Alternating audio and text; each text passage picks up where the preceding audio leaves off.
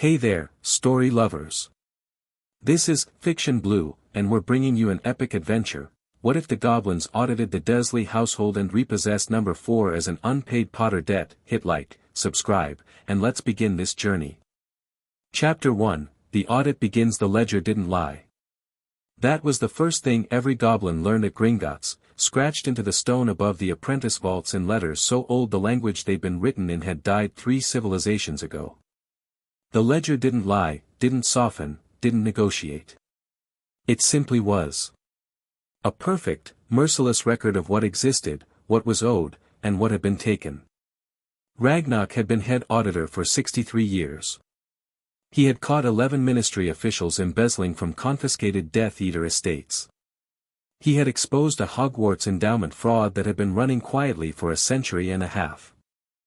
He had personally overseen the seizure of a French chateau, 2 Scottish fishing villages, and, his personal favorite, an enchanted island off the coast of Portugal whose owner had been dead for 40 years and simply hadn't bothered to tell his creditors.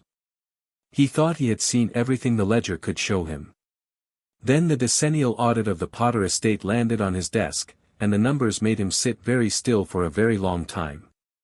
The office was deep inside Gringotts, far below the public areas where wizards jostled and sweated and tried to look like they weren't intimidated by the chandeliers. Down here the ceilings were low and the lighting was torchlight, warm and honest, and the air smelled of old stone and older gold. Ragnok's desk was carved from a single piece of black granite and covered in scrolls arranged in a system that looked like chaos and functioned like clockwork. He had 3 assistants. None of them were allowed to touch the scrolls. He picked up the Potter audit scroll for the 4th time in an hour. The Potter estate was, on paper, straightforward. James and Lily Potter, deceased October 31, 1981. Primary heir, Harry James Potter, minor, born July 31, 1980. Estate held in trust pending majority, managed by the Family Account Division under standard dormancy protocols. The trust had been generating interest for 9 years.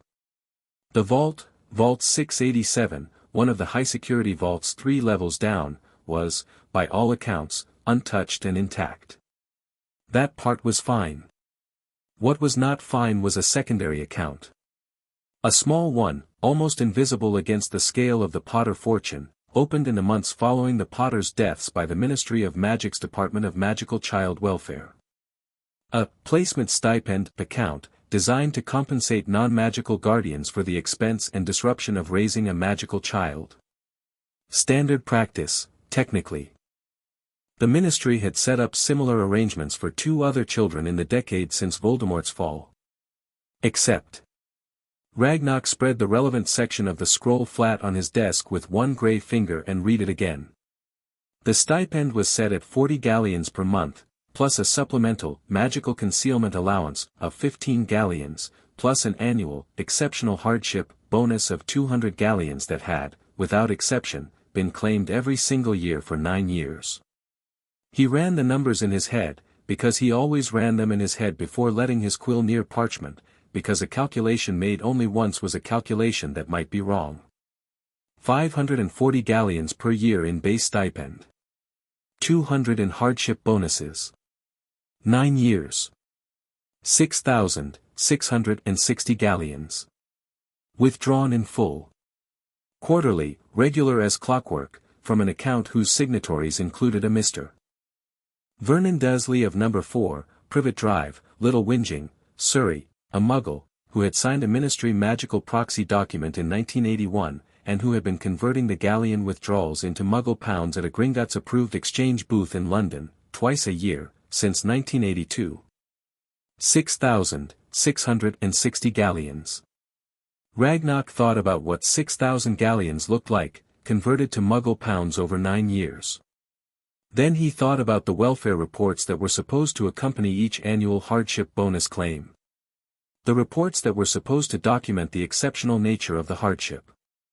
The reports that were filed by the Magical Guardian Oversight Officer assigned to the case. He pulled a separate scroll from the left stack, the one he'd had his assistant retrieve from the Ministry Liaison Archives 2 hours ago, which had arrived with a covering note so aggressively casual that it practically had, "We are embarrassed," written between the lines. The welfare reports for Harry Potter, years 1 through 9, had all been filed by the same officer. Filed on time. Approved without review. Signed off by the department head without a second look. Every single report said the same thing, almost word for word, with slight variations in phrasing that suggested someone had been very slightly rewriting the same template for 9 years. Child is healthy, adjusting well, placement satisfactory, no concerns noted. Ragnok set the scroll down. "Sharp Fong," he said, without raising his voice. His senior assistant materialized from the shadows beside the filing alcove with the speed of someone who had learned very early that when Ragnok used that particular quiet tone, being slow was bad for your career. Sharp Fong was young for a senior assistant, barely 40, with quick dark eyes and a scar across his chin from a dragon handling incident that he refused to discuss. "Sir. Get me the field status of Vault 687. Current contents, last access, everything." Ragnok picked up his quill. "Then get me the property registry records for Number 4, Privet Drive, Little Whinging, Surrey. Muggle records, magical overlay records, both." Sharp Fong didn't ask why. That was what made him good. "Timeline? Now." "Yes, sir." A pause. "Should I flag this for the director?" Ragnok thought for a moment. The director, Gornik, was a good administrator and a terrible auditor.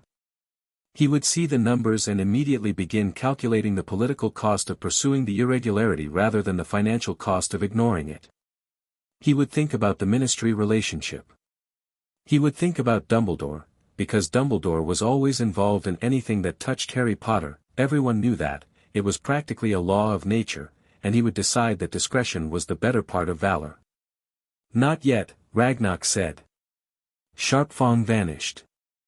Ragnok picked up his quill and began writing notes in the cramped, angular script that only he could read, because he had developed it specifically to prevent his assistants from reading over his shoulder during complex cases.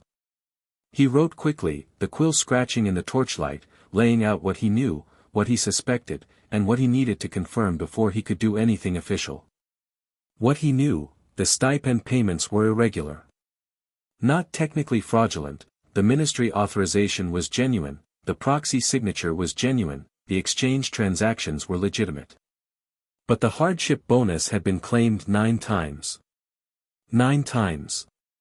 Without a single year of variance, which was statistically improbable even in genuinely hard circumstances. Real hardship fluctuated.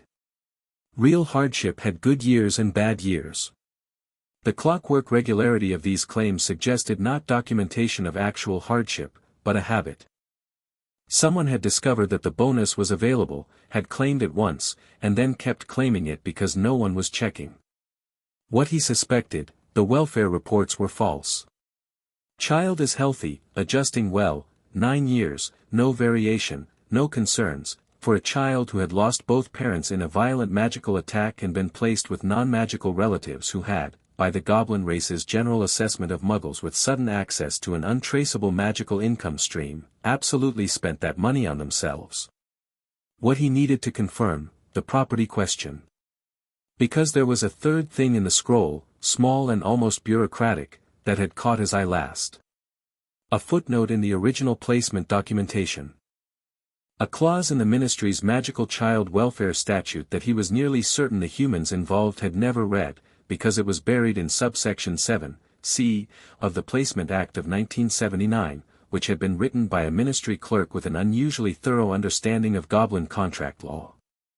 The clause stated that in cases where a magical child's estate included real property, and where that child was placed in residence at non-family-owned premises, a property lien could be established against the placement address if the child's estate funds were used to subsidize the placement, and if the placement was later found to have been inadequate to the standard of care required by wizarding law.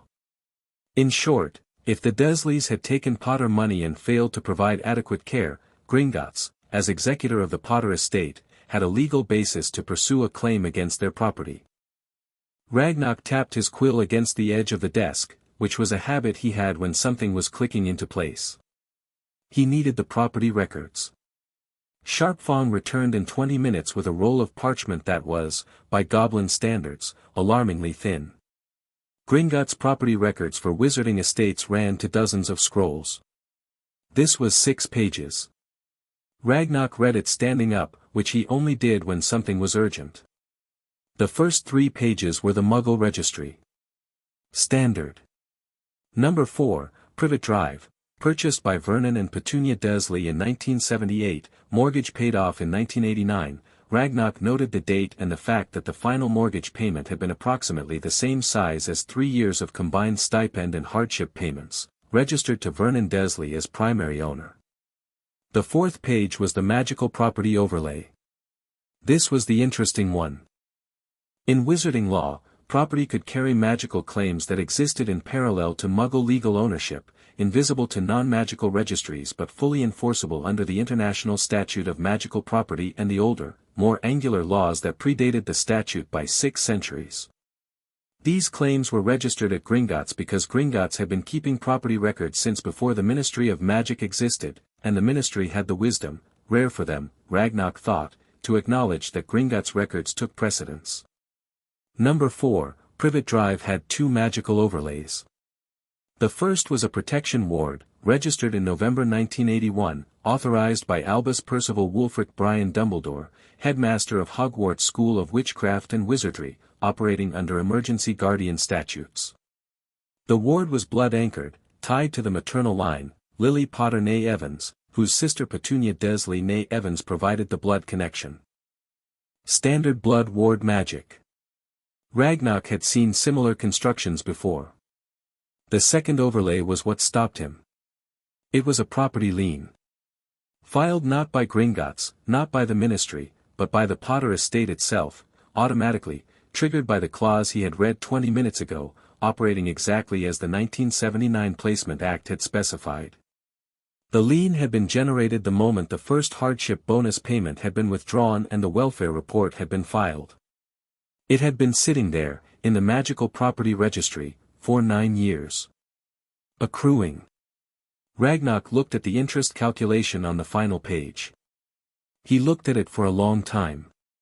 Then he sat back down, put his quill down, and allowed himself one moment of what he would have described to anyone who asked as professional satisfaction, and what would have looked to any observer remarkably like joy. "Sharp Fong," he said. The assistant was there immediately. "Assemble an audit team. Full field capacity. I want Ironjaw on logistics. Yes, he's on the nocturne job, pull him off it, the nocturne job can wait. I want 2 junior auditors, one from property and one from trust management.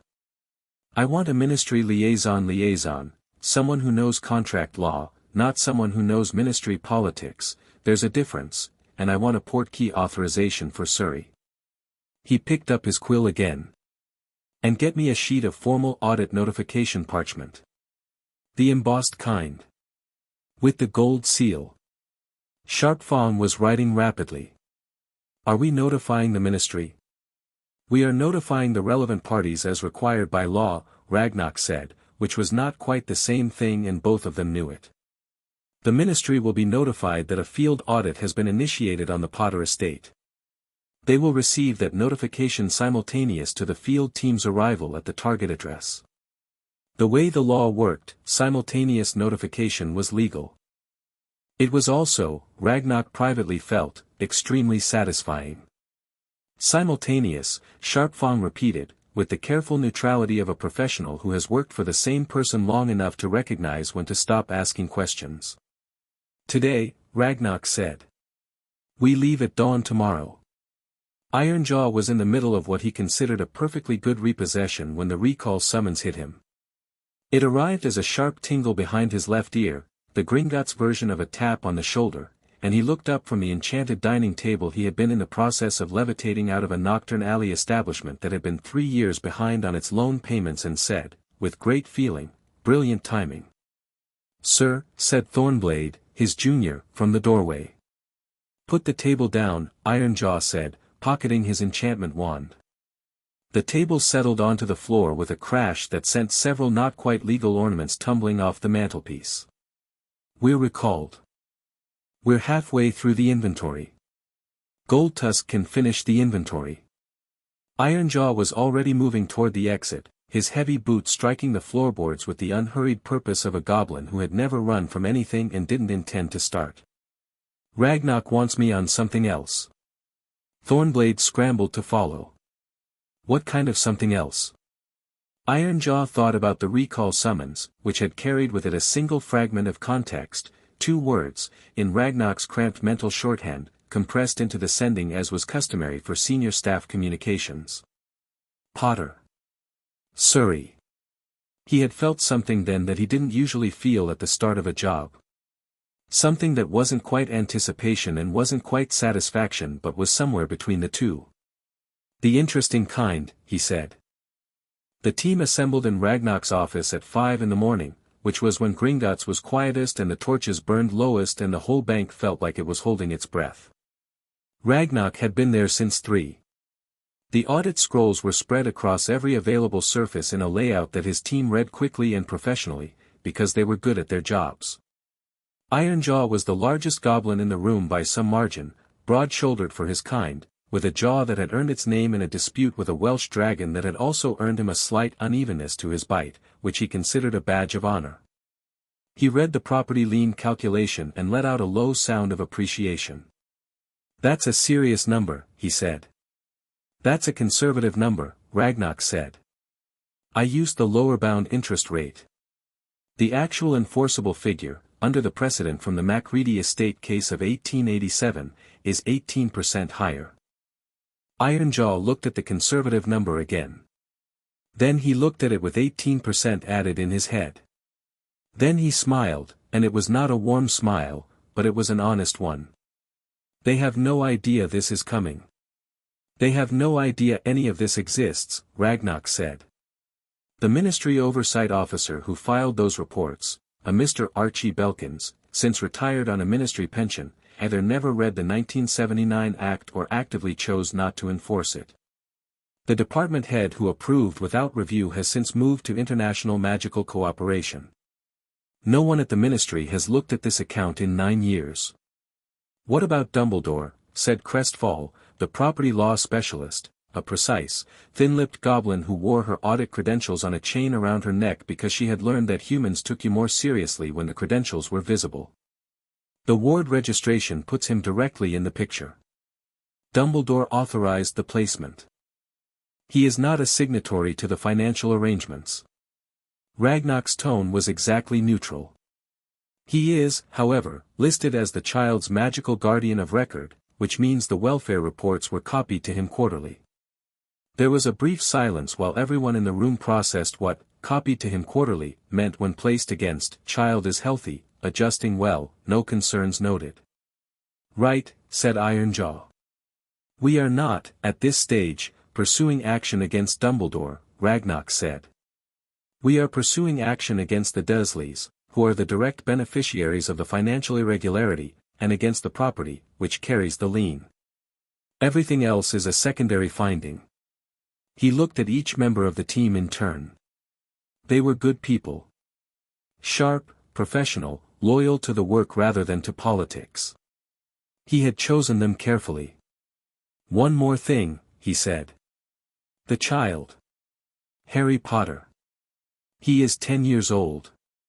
He has been living at this address his entire life. He paused, and something moved behind his eyes, not sentiment, because Ragnok did not do sentiment, but a kind of cold precision that functioned similarly. He will be present. He is our client. He is, technically, the entirety of what we are there to protect. Bear that in mind. The team nodded. Portkey departs at 6, Ragnok said. Bring the gold-sealed notifications. Bring the full lien documentation. Bring Ironjaw's equipment kit. He rolled the main audit scroll and sealed it with a press of his thumb. And bring the ledger. The original. I want them to see it. Number 4, Privet Drive was exactly as unpleasant as its audit file suggested. Ragnok had arrived via the port key in the small park at the end of the road at precisely 6:45 in the morning, which was early enough that most of the street was still quiet, curtains drawn against the tentative June sun. The houses were all identical, beige brick, white trim, small proud lawns, cars that indicated a certain level of income and a deep investment in being thought of as a certain level of income.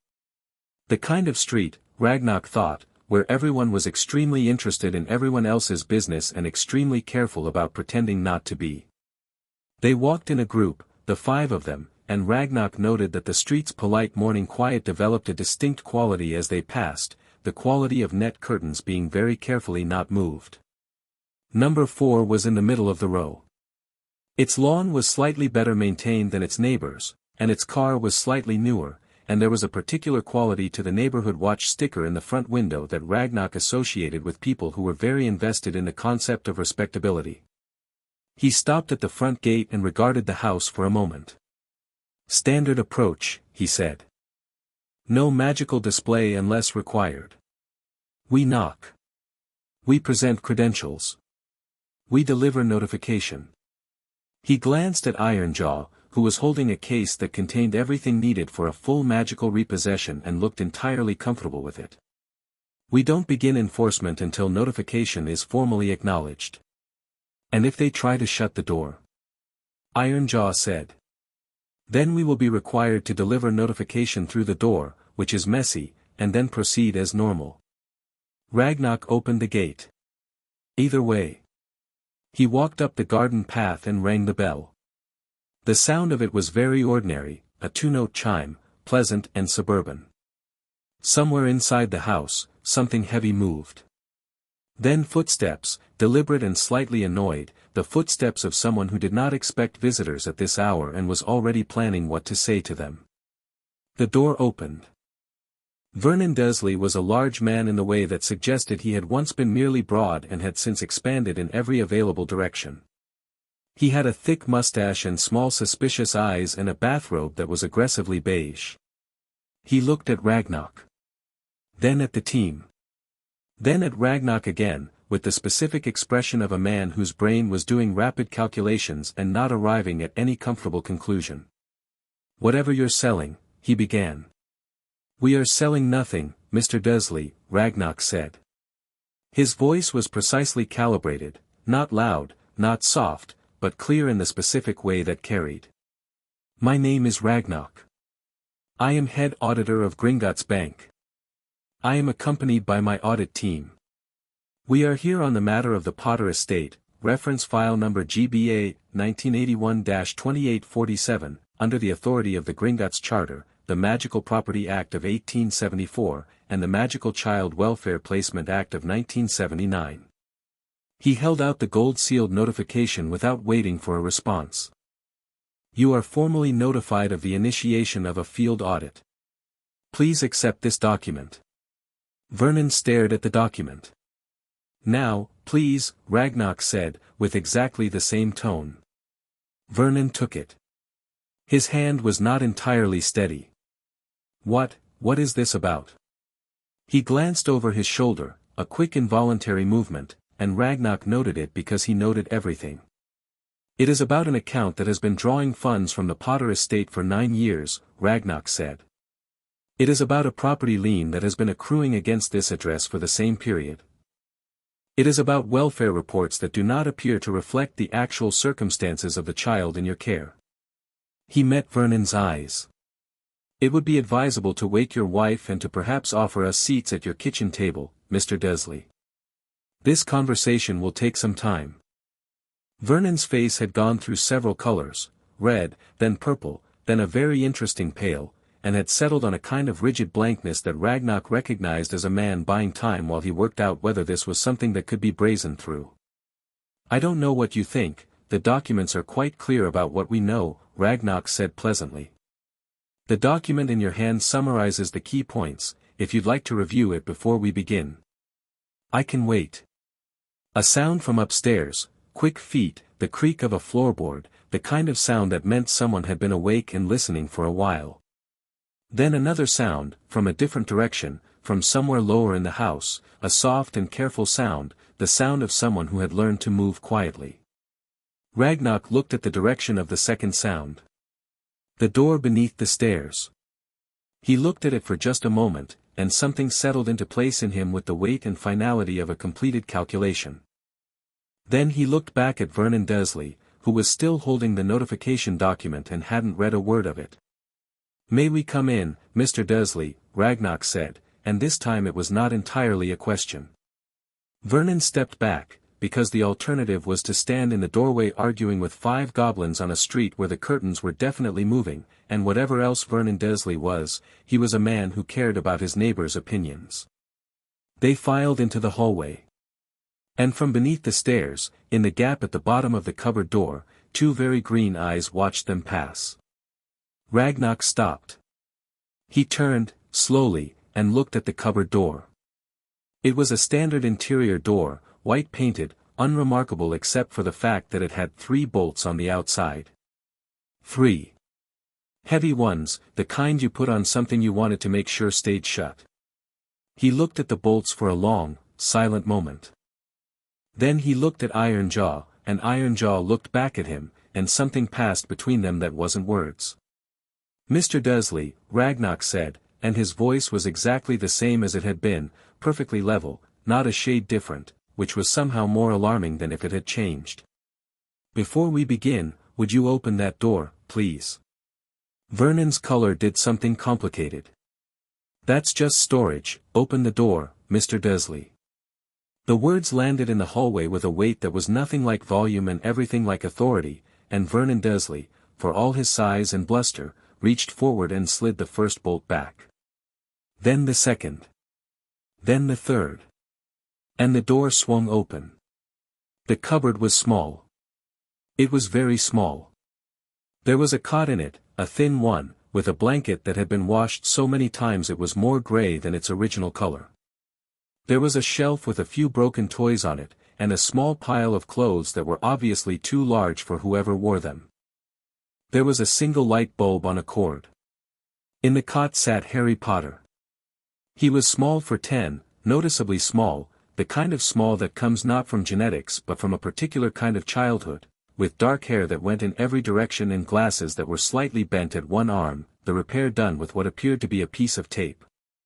His eyes were extraordinarily green, and they were wide, and they were looking at the 5 goblins in the hallway with an expression that Ragnok could only describe as carefully neutral. Not frightened. Or rather, not only frightened. There was something underneath the caution, something watching and assessing, the expression of a child who had learned to read rooms very quickly. They looked at each other for a moment, the ancient goblin auditor and the 10-year-old boy in the cupboard under the stairs. Then Harry said, very quietly, "Are you here about me?" Ragnok looked at him. At the thin blanket and the taped glasses and the 3 bolts on the outside of the door. At the welfare reports he had memorized, child is healthy, adjusting well, no concerns noted. "Yes," he said. "We are." He turned back to Vernon Dursley, and his voice when he spoke next was still perfectly level, still professional, still exactly the voice of a senior bank official conducting a routine audit. But every person in that hallway felt the difference. "Mr. Dursley," Ragnok said. "I am going to need to see every financial record in this house." Chapter 2, Repossession. Petunia Dursley came downstairs in a cream dressing gown with her hair pinned and her face set in the expression she used for difficult situations, chin up, jaw tight, the practiced composure of a woman who had spent her entire adult life making sure she looked like she had everything under control. She made it 3 steps into the hallway before she saw the goblins, and the composure cracked clean down the middle. "Vernon, Mrs. Dursley." Ragnok's voice was courteous and immovable. "Please join us in the kitchen. We have matters to discuss." Petunia's eyes moved from Ragnok to the audit team to the open cupboard door and then to Harry, who was standing in the hallway now, having apparently decided on his own to get up, which he had done with the quiet efficiency of someone who had learned not to wait for permission. He was wearing pajamas that were clearly Dudley's cast-offs, they hung off his thin frame like a tent, and he had his glasses on and he was standing slightly apart from everything, watching. The look Petunia gave him was complicated. It was not warm, but it was not the look of someone who felt nothing, and Ragnok filed that away. "The kitchen," he said again, and this time he moved toward it, which settled the question of whether this was an invitation. The Dursley kitchen was large and clean and aggressively normal, magnets on the fridge, a fruit bowl with real fruit in it, a coffee maker that cost more than Harry's entire wardrobe. Vernon sat heavily at the table. Petunia stood by the counter with her arms crossed. Harry stood in the doorway until Ironjaw quietly moved aside and made space, and then he came in and stood near the window, where he could see everything. Ragnok placed the audit scroll on the kitchen table.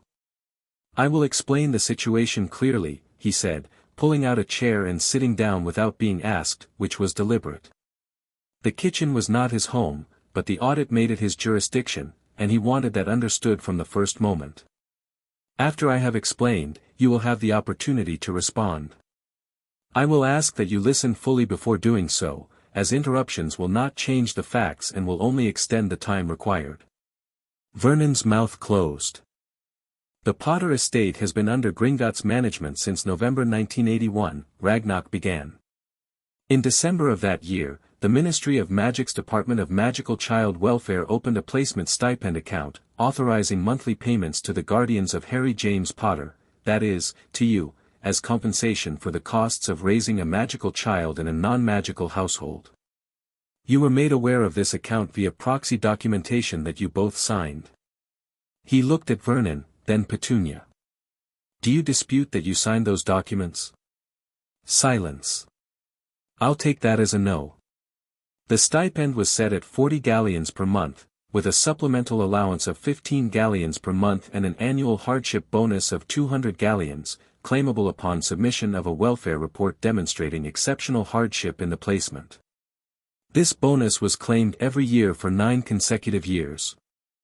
He unrolled the first section of the scroll, turning it so the figures faced the Dursleys. "Total disbursed to your account over 9 years, 6,660 galleons. Converted to Muggle currency at prevailing exchange rates, across the withdrawal dates, approximately £44,200. Petunia made a sound. It wasn't a word. During this same period, Ragnok continued, without adjusting his pace, the property records for Number 4 Privet Drive show a final mortgage payment in 1989. The payment amount and the accumulated stipend funds from the preceding 3 years share a, let us say, suggestive correspondence." Vernon's face was the color of old brick. "Now just a moment, I asked you to wait," Ragnok said, and Vernon stopped. Not because Ragnok was louder, he wasn't, but because there was something in the tone that was older and colder and more certain than anything Vernon had argued with before. The hardship bonus claims were supported by welfare reports filed with the ministry. Those reports stated, every year, that the child was healthy, adjusting well, and that the placement was satisfactory. He paused. "I will now note, for the record, that the child's bedroom is a cupboard beneath the stairs. It has a cot, a single light source, and was secured from the outside by 3 bolts." The word 3 sat in the kitchen like a stone. Harry, at the window, had gone very still. He was looking at the scroll on the table with those careful green eyes, and his expression hadn't changed, but something had shifted in the set of his shoulders, a kind of tightening, or possibly its opposite. The very precise stillness of someone hearing something confirmed that they had always suspected but never had stated plainly. "We've always provided for him," Petunia said, and her voice was tight and thin. "He has food, he has clothes, he has food," Ragnok agreed. "Shall we discuss what the medical records from his last 3 school physicals show regarding his height and weight percentiles relative to his age?" Petunia's mouth closed. Ragnok didn't pursue it. He had made the point, pursuing it further would have been cruelty, and he was not here for cruelty. He was here for accounting.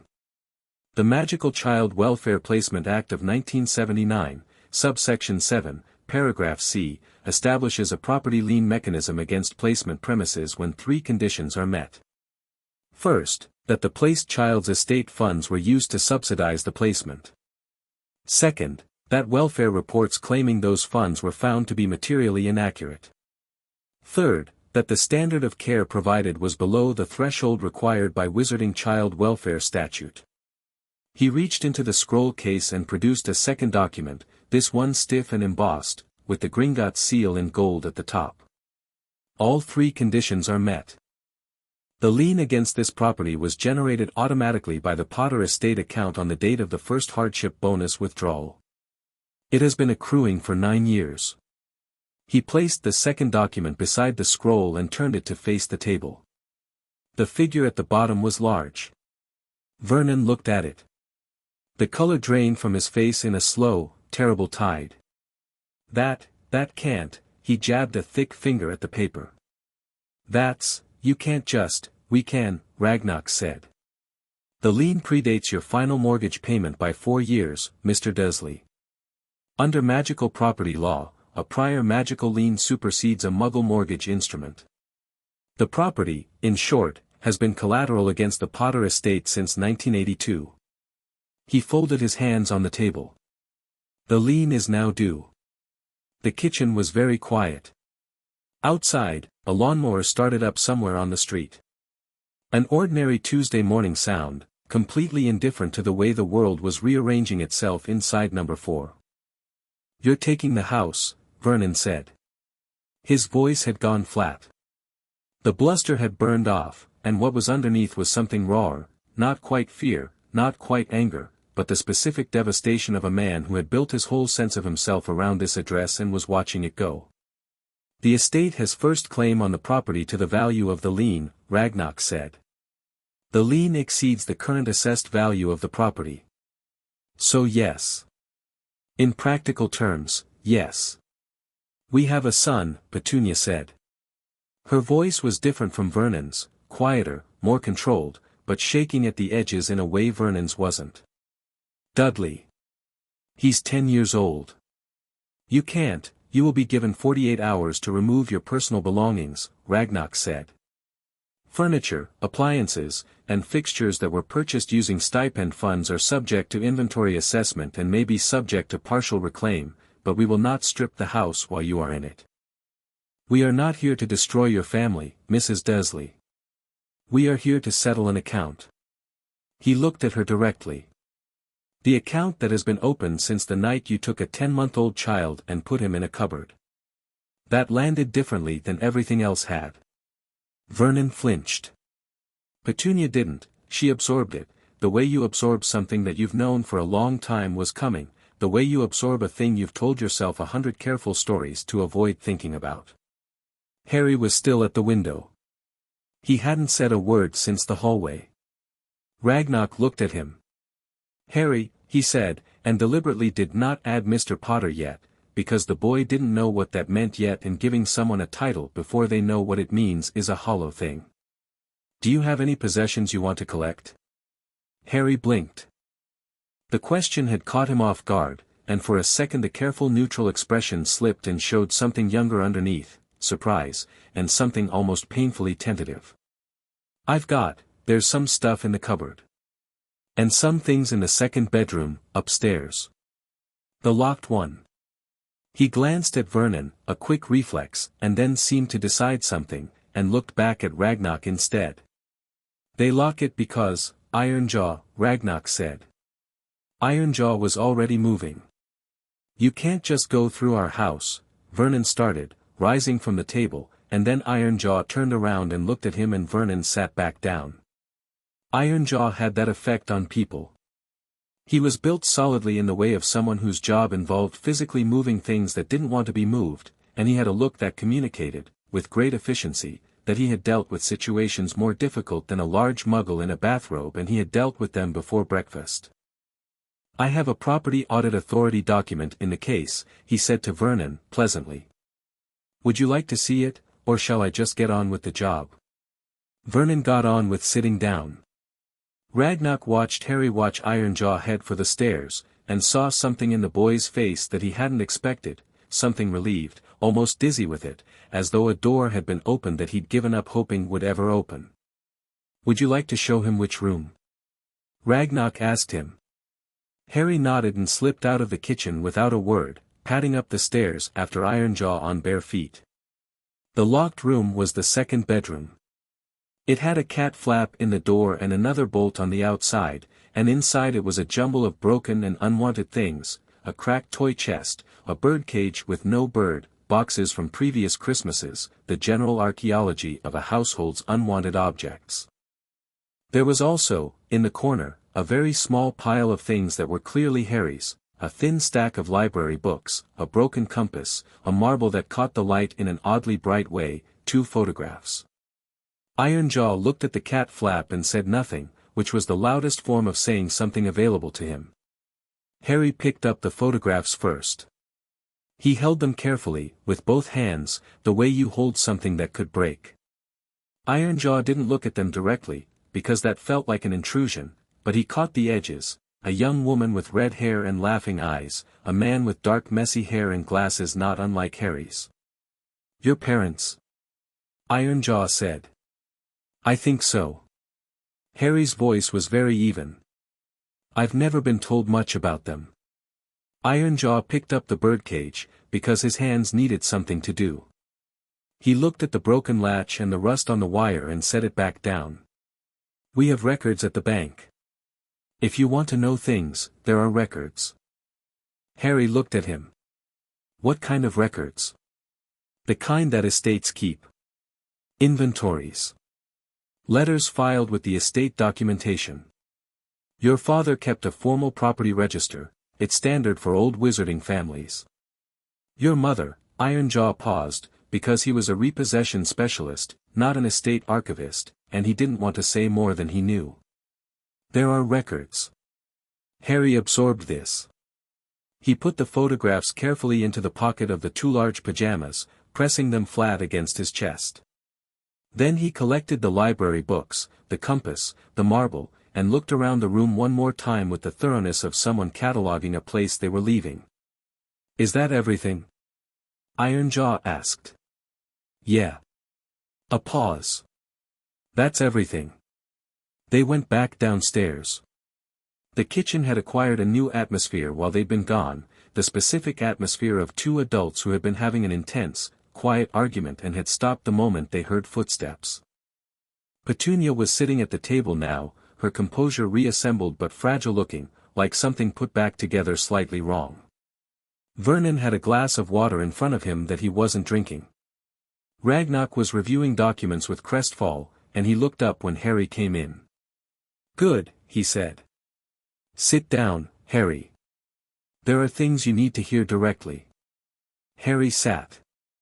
Not in the chair nearest the door, which would have been the defensive choice, but across the table from Ragnok, which was a thing Ragnok noted without comment. "Do you know about Gringotts Bank?" Ragnok asked. "It's the Wizarding Bank," Harry said. "In London." "I know I'm a wizard, I've known for a while, I think things happen around me, but no one's ever told me properly."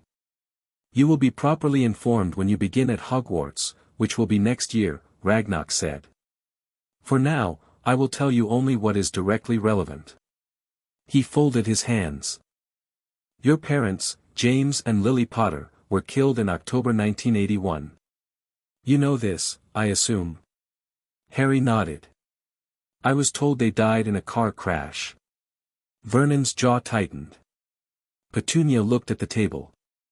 Ragnok let that sit for exactly a beat. "They did not die in a car crash.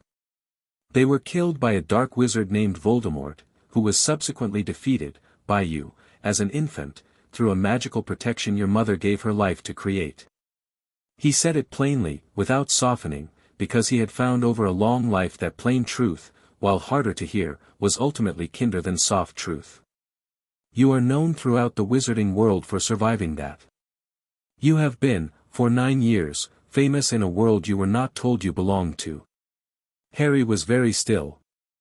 Your parents left you an estate, Ragnok continued. A significant one. I will explain the full scope when we reach Gringotts, but in brief, you are not poor, Harry. You are, by most measures, wealthy. The vault your parents established for you has been untouched since 1981, generating interest for 9 years. He paused. The ministry's placement stipend, the money paid to the Dursleys for your care, was drawn from a separate ministry-administered trust, not from your vault directly. But the welfare reports that authorized those payments were false, and the care they claimed to document was not what you received.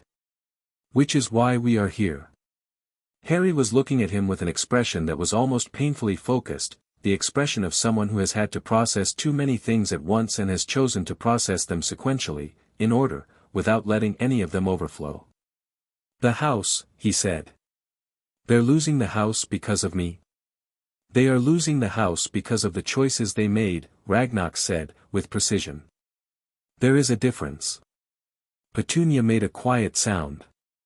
Not a protest. Something else. I know this is a great deal to take in, Ragnok said. You don't need to decide how you feel about it today. What you do need to decide is practical. You cannot remain here while the property is in transition, and you have no other placement on record. Gringotts will arrange temporary accommodation in Diagon Alley. It will be comfortable. You will be safe. He looked at Harry steadily. You will have a door. With a lock. On the inside. The way Harry's eyes moved, quickly, just for a second, that tiny flicker, said more than anything that had been said in the last hour. Okay, Harry said, quietly. Okay. The official notification of the repossession was a document 2 pages long, dense with legal language that had been refined over centuries to be simultaneously perfectly clear and completely implacable. Ragnok presented it to Vernon while Crestfall walked Petunia through the practical implications, the 48-hour window, the inventory process, the procedure for appealing through the Magical Property Tribunal, which had a 12-month backlog and a historically low overturn rate for Gringotts liens, but which existed and to which they were entitled. Vernon read the document twice. Then he put it face down on the table and pressed his palm flat on top of it, like he was trying to stop it from existing. I want to speak to someone, he said. Someone at the ministry. The ministry was notified simultaneously with our arrival, Ragnok said. They have been provided the audit documentation. If you wish to engage a wizarding solicitor, you are welcome to do so, though I will note that the relevant precedents are quite settled. This is because of him, Vernon said, and the word landed like something thrown, and Harry, across the table, absorbed it with the practiced steadiness of someone who had been a him in that particular tone for years. Everything about him has been nothing but trouble since he arrived on our doorstep, and now, Mr. Dursley, Ragnok said. Vernon kept going, the words coming fast and hard now, the blustering rising on the tide of his genuine fear. We took him in. We fed him. We clothed him. We put a roof over his head when we didn't have to, and this is, Mr. Dursley. Ragnok's voice had not risen a single degree. It was still the same even professional tone. But something in it stopped Vernon mid-sentence with the effectiveness of a hand placed flat against a chest. The child fed himself from the age of 5 by doing kitchen work in exchange for meals. The child's medical records show nutritional deficits consistent with inadequate caloric intake across multiple years.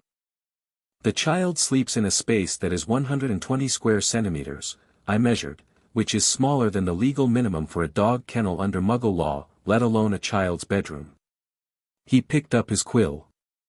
You were paid to care for him. You were paid exceptionally well to care for him. We are not here to argue about whether you were required to love him. We are here because you were required to house and feed him adequately, you were paid to do so, and you did not. The kitchen was absolutely silent. Vernon looked, for the first time since they'd sat down, not angry but small. Petunia had been looking at the table for a while. She looked up now, and her eyes went to Harry, not to the goblins, not to the document, but to Harry, and something moved across her face that was too complicated to name. It was not love, exactly. It was not quite guilt. It was something older than both, something that had been compressed under years of resentment until it had changed shape but not substance. Lily, she said, very quietly, to no one in particular. Harry looked at her. Petunia looked away. Ragnok gave that a moment, because he was a professional and not a machine, and some moments needed a second before you moved through them. Then he capped his ink, rolled the completed audit notation, and stood. Ironjaw will leave you with the formal inventory list and the 48-hour order, he said. Do not attempt to remove items flagged in the inventory without authorization. Do not attempt to access the stipend account, it has been frozen as of 6 o'clock this morning. If you have questions regarding the appeals process, contact the number on the bottom of the notification document. He looked at them both, one last time. This is not the end of the matter. The full findings of the audit will be submitted to the ministry and to the Wisengamot. There will likely be formal proceedings. You would be advised to cooperate. He picked up the scroll and the documents, and he walked out of the kitchen. Harry was in the hallway, standing by the open cupboard door with his small pile of things, photographs, library books, compass, marble, held against his chest in his arms. He was looking into the cupboard. Not at anything specific. Just looking, the way you look at something you've lived inside of long enough that it has become part of your understanding of yourself. Ragnok stopped beside him. Do you want a moment? He asked. Harry considered the question seriously, in a way that made it clear he was genuinely deciding rather than reflexively answering. No, he said finally. I really don't. He turned away from the cupboard, and he didn't look back at it. They went out the front door and down the garden path, and the June morning was warm and bright and completely ordinary, and Harry walked through it with his things pressed to his chest and his eyes slightly wide in the particular way of someone who has been in a dark place for a long time and is recalibrating to the light. At the gate, Ragnok paused and looked at him. You'll have questions, he said. A great many of them, I'd imagine. When we reach Gringotts, I will answer what I can. Others will require time. There are records, Harry said. The word had a specific quality when he said it, not quite wonder, not quite hunger, but something made of both. Like someone who had been told their whole life that a particular room didn't exist and had just been handed the key. You said there are records. About my parents. There are, Ragnok said. Extensive ones. Harry nodded. He was quiet for a moment, and then he said, were they good people? Ragnok considered the question. He was an auditor. He dealt in figures, in documentation, in the concrete reality of what people left behind. He had seen James Potter's property register, methodical and careful. He had seen Lily Potter's name on a legal protection that had defied some of the darkest magic of the century. He had looked at Vault 687's holdings, which included personal correspondence and family photographs and a box of children's toys set aside before Harry's first birthday. By what they left, he said, I would say yes. Harry nodded once more, and held his things a little more carefully, and walked on. The portkey back to Diagon Alley was a battered tin lid that Sharpfang had set on the garden wall of the little park. Harry had never used a portkey before. Ragnok told him to hold on firmly to his things and expect a lurching sensation. Like a hook behind the navel, Ironjaw offered. Harry looked at him. That sounds terrible.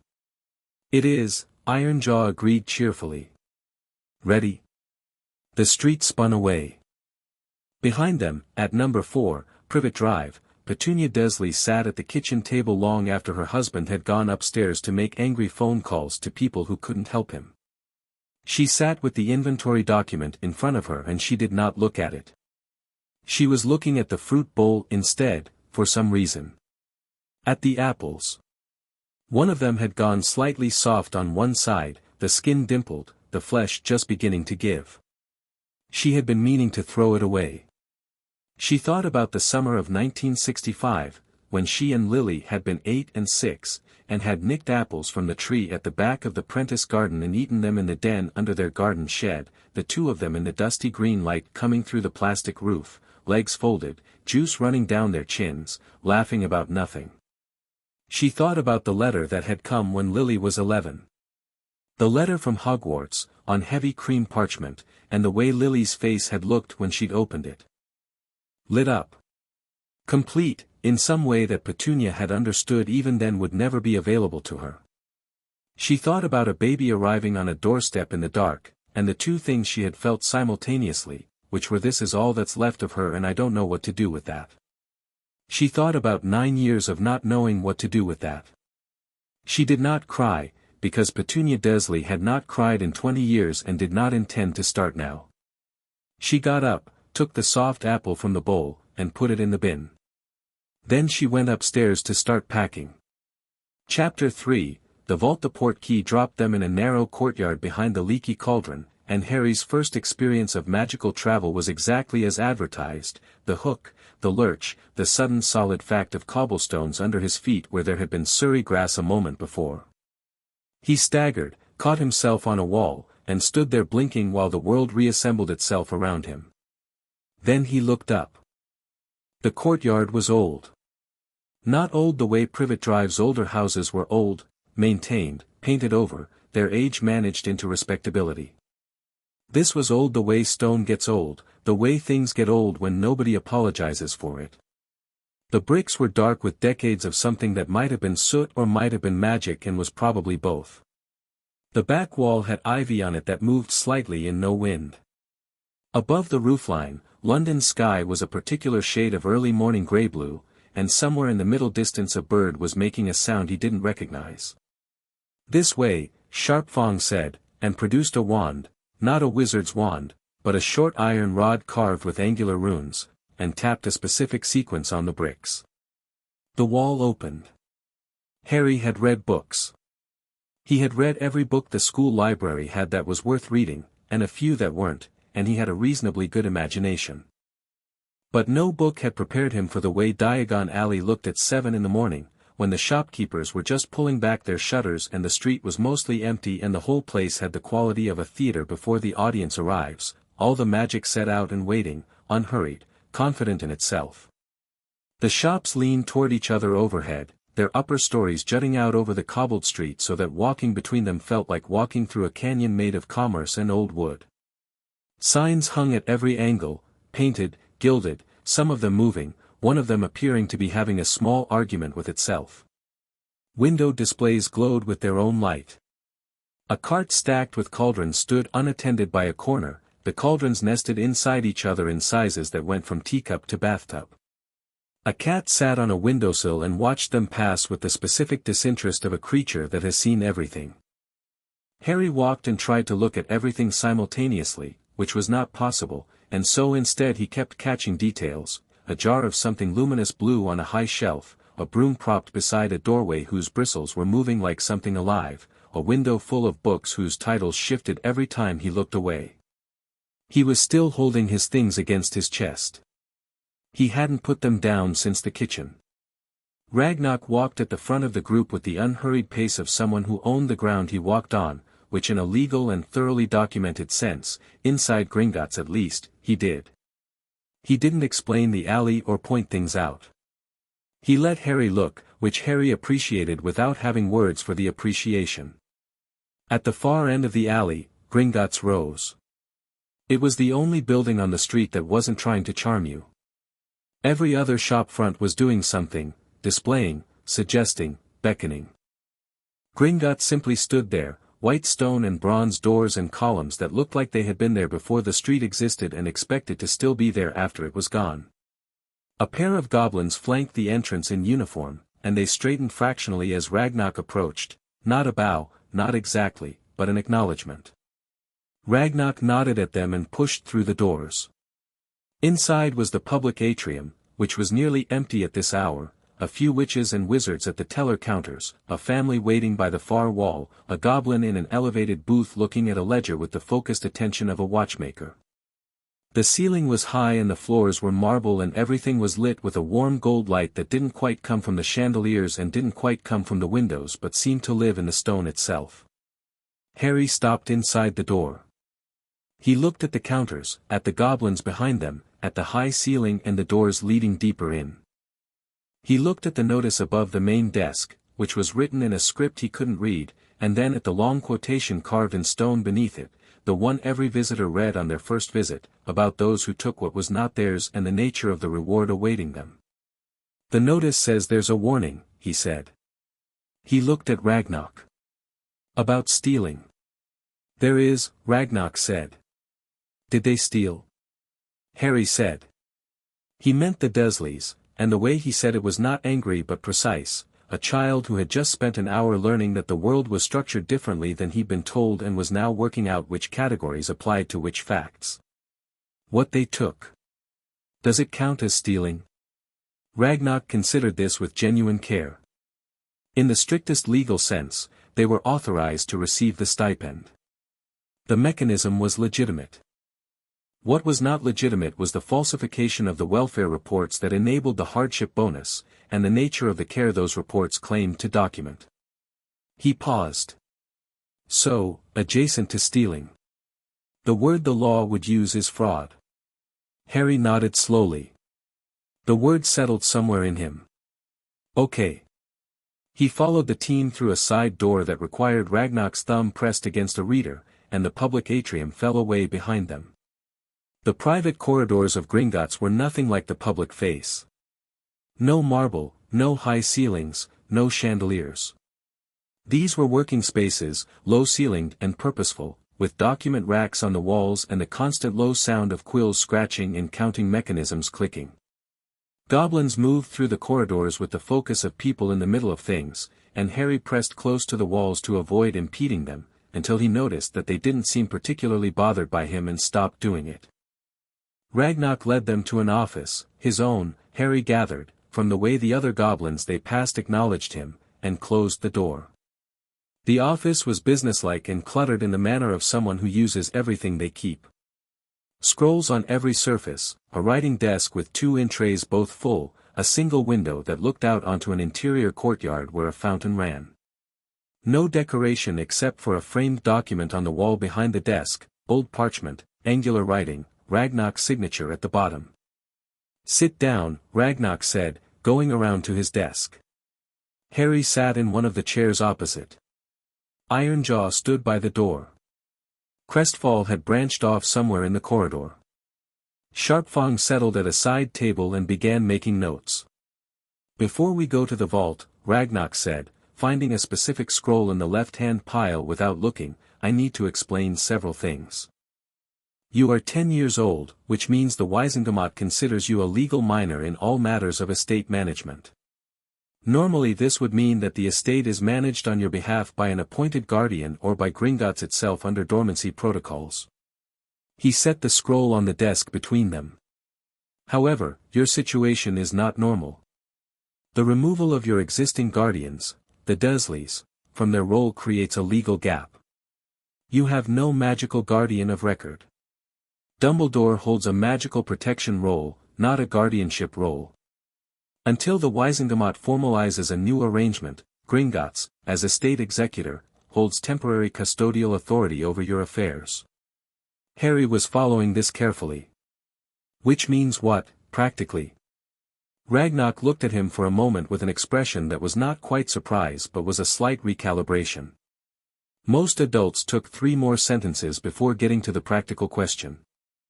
It means that for the immediate term, Gringotts manages your housing, your expenses, and your access to estate resources. You will be consulted on decisions that affect you. You will not be overridden without documented justification. He paused. You have more standing here than you may realize. You are not simply a ward. You are a client. The distinction matters. Okay, Harry said again, and the word was doing a lot of work. He kept using it as a small anchor, a brief grounding moment between things that would have been overwhelming if he'd let them be. Now, Ragnok said, and stood. The vault. The cart was already waiting at the platform, which meant Sharpfang had sent word ahead, and it was one of the better carts, wider, with proper seats rather than the narrow benches of the public carts. Harry got in and held the side rail, and when the cart moved he made a sharp involuntary sound that was not quite a scream and not quite a laugh but was thoroughly embarrassed by itself. Ironjaw, sitting across from him, said nothing, but the corner of his mouth moved. The tunnels were extraordinary. Harry had a vague awareness of this even as the cart moved at a speed that made his eyes water and the wind pull his hair straight back and the darkness shoot past on either side, broken only by the occasional torchlit passage or sudden glimpse of something vast and shadowed that might have been a cavern or might have been something else entirely. The rails sang under the wheels. The air smelled of stone and something electric. "How deep does it go?" Harry asked, during a brief relative straightening of the track. "Far," Ironjaw said. "The deepest vaults are at a depth of approximately 1,200 feet, Ragnok said, from the front. He was sitting perfectly upright despite the speed. Vault 687 is at 600. Mid-tier by our standards, though the contents are far from it."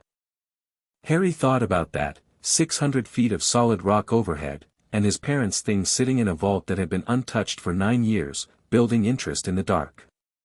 Something about it was quietly enormous. The cart slowed at a platform with the number 687 carved in the stone above it, and came to a precise stop. They climbed out. The platform was torchlit, cool in the way deep places are cool, and ahead of them was a vault door that was the size of a small house and made of something that wasn't quite iron and wasn't quite stone but had the quality of both, dark, heavy, with no visible hinges or mechanism, just a flat expanse of very old, very serious metal. Ragnok approached it and placed both palms flat on the surface and said something in gobbledygook that was low and rhythmic and not entirely comfortable to listen to. The door moved. Not dramatically, it didn't swing wide or grind open with portentous slowness. It simply receded, pulling back into itself with a sound like a long exhale, until there was a gap wide enough to walk through. Torches on the inside walls lit themselves as they crossed the threshold. Harry walked in and stopped. The vault was large. He'd expected large, vaults in stories were always large, but the scale of it still recalibrated something in his understanding of the word.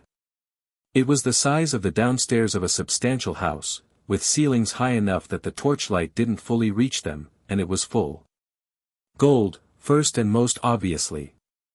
Galleons in stacks that formed their own geography, arranged not randomly but in columns and rows that suggested a mind behind them, someone who had organized them at some point in the past and whose system was still there, waiting. The gold caught the torchlight and threw it back warm and multiple. Harry had seen money, he had handled coins, had watched Vernon count out the grocery budget, but he had never seen money as a landscape, as a thing that had mass and topography. Behind the gold were shelves. The shelves were what held him. They covered the back wall of the vault from floor to ceiling, and they were full of things that were not money, boxes, books, folded documents and preservation cases, a collection of small objects that sparkled in a way that suggested enchantment, several photograph albums with leather covers, a small chest sealed with something that glowed faintly at the latch. There was a rack of what appeared to be letter bundles, tied with ribbon that had once been green and had faded to something between sage and gray. There was a broom, old, but looked after, with a model plate on the handle that Harry couldn't read from here. There was a cloak folded on a shelf by itself, under a preservation charm that shimmered very slightly in the torchlight. On a separate shelf, beside a sealed box, was an envelope. It was addressed in handwriting that Harry had never seen before, but which somehow looked familiar, a flowing confident script, a bit like his own when he wasn't rushing. To Harry, when you're ready. Harry stood in the middle of the vault and looked at it, and did not move for a long moment. Ragnok waited. He had learned, over 63 years of this work, that vaults had their own gravity and you did not rush people through it. "That's my dad's handwriting," Harry said. Ragnok hadn't known that. "Yes," he said anyway, because the confidence in Harry's voice told him the boy was right. "He wrote me a letter." Harry's voice was very even. The evenness was doing a lot of work. He knew something might happen. He planned for it. People who face serious danger often prepare for it, Ragnok said. Your father was a thorough man, by all the documentation in this vault. He didn't leave things to chance if he could arrange them. Harry walked to the shelf. He stood in front of the letter for a moment, and then he picked it up and held it in both hands and looked at it without opening it. "Not yet," he said quietly, to himself rather than to anyone in the room. I'll read it when, not yet. He put it carefully, deliberately, inside the front of his shirt, against his chest, next to the photographs. Then he turned around and looked at Ragnok with eyes that were bright and steady and very green. Tell me what I have, he said. All of it. I want to understand. Ragnok told him. He did it properly, not simplified, not softened, not filtered through the assumption that a 10-year-old couldn't handle real information, which was an assumption Ragnok had discarded in the first 15 minutes of knowing this particular 10-year-old. The liquid assets in Vault 687 were, after 9 years of compound interest at Gringotts standard estate rate, substantial. Not life-altering by wizarding aristocracy standards, but comfortably beyond anything Harry would need for Hogwarts and a good decade beyond. The Potter family had a secondary vault, Vault 312, the ancestral vault, which held older assets, some of them quite old indeed, magical artifacts, family heirlooms, the deed collection for properties registered in the Potter name over the past 4 centuries.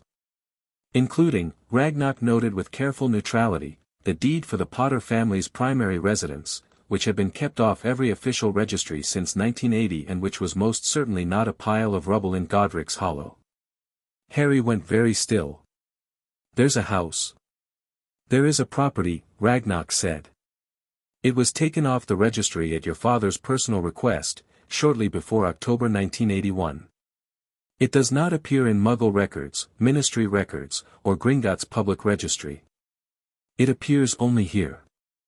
He indicated the deed collection on the shelf, specifically a leather folder at the end of the 3rd shelf. It is currently unoccupied.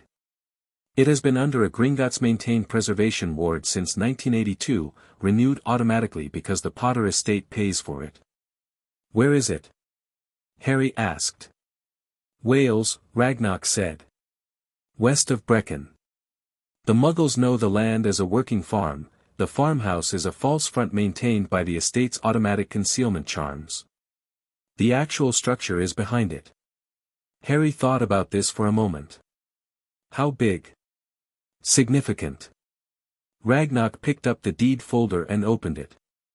The parchment inside was old but preserved perfectly, the property survey drawings precise and detailed. He set it on the document stand built into the vault wall, clearly put there for exactly this purpose, and let Harry look. 12 principal rooms, 4 ancillary structures, a library, grounds of approximately 30 acres. It was built in the 1700s and expanded twice. He paused. Your grandfather planted the kitchen garden. The estate records indicate he was quite particular about it. Harry looked at the survey drawing for a long time. At the shape of the rooms, the layout, the sprawl of the grounds. 12 rooms. A library. Is it in good shape? He asked. The preservation ward, does that mean it's intact? Structurally sound and climatically preserved. It will require cleaning and some modernization. But yes. Intact. Could I live there? The question was quiet and careful. Not demanding, nothing in the way Harry asked things demanded. It was the question of someone who has learned to ask for things very tentatively because asking had not historically gone well for them. That, Ragnok said, is a matter for the Wisengamot to formalize. As I said, until your guardianship situation is resolved, Gringotts holds custodial authority. We can arrange for the property to be prepared. The question of when you move in is one that the formal proceedings will determine. Harry nodded slowly. But it's mine. It is unambiguously yours, Ragnok said. In every registry that counts, it always has been.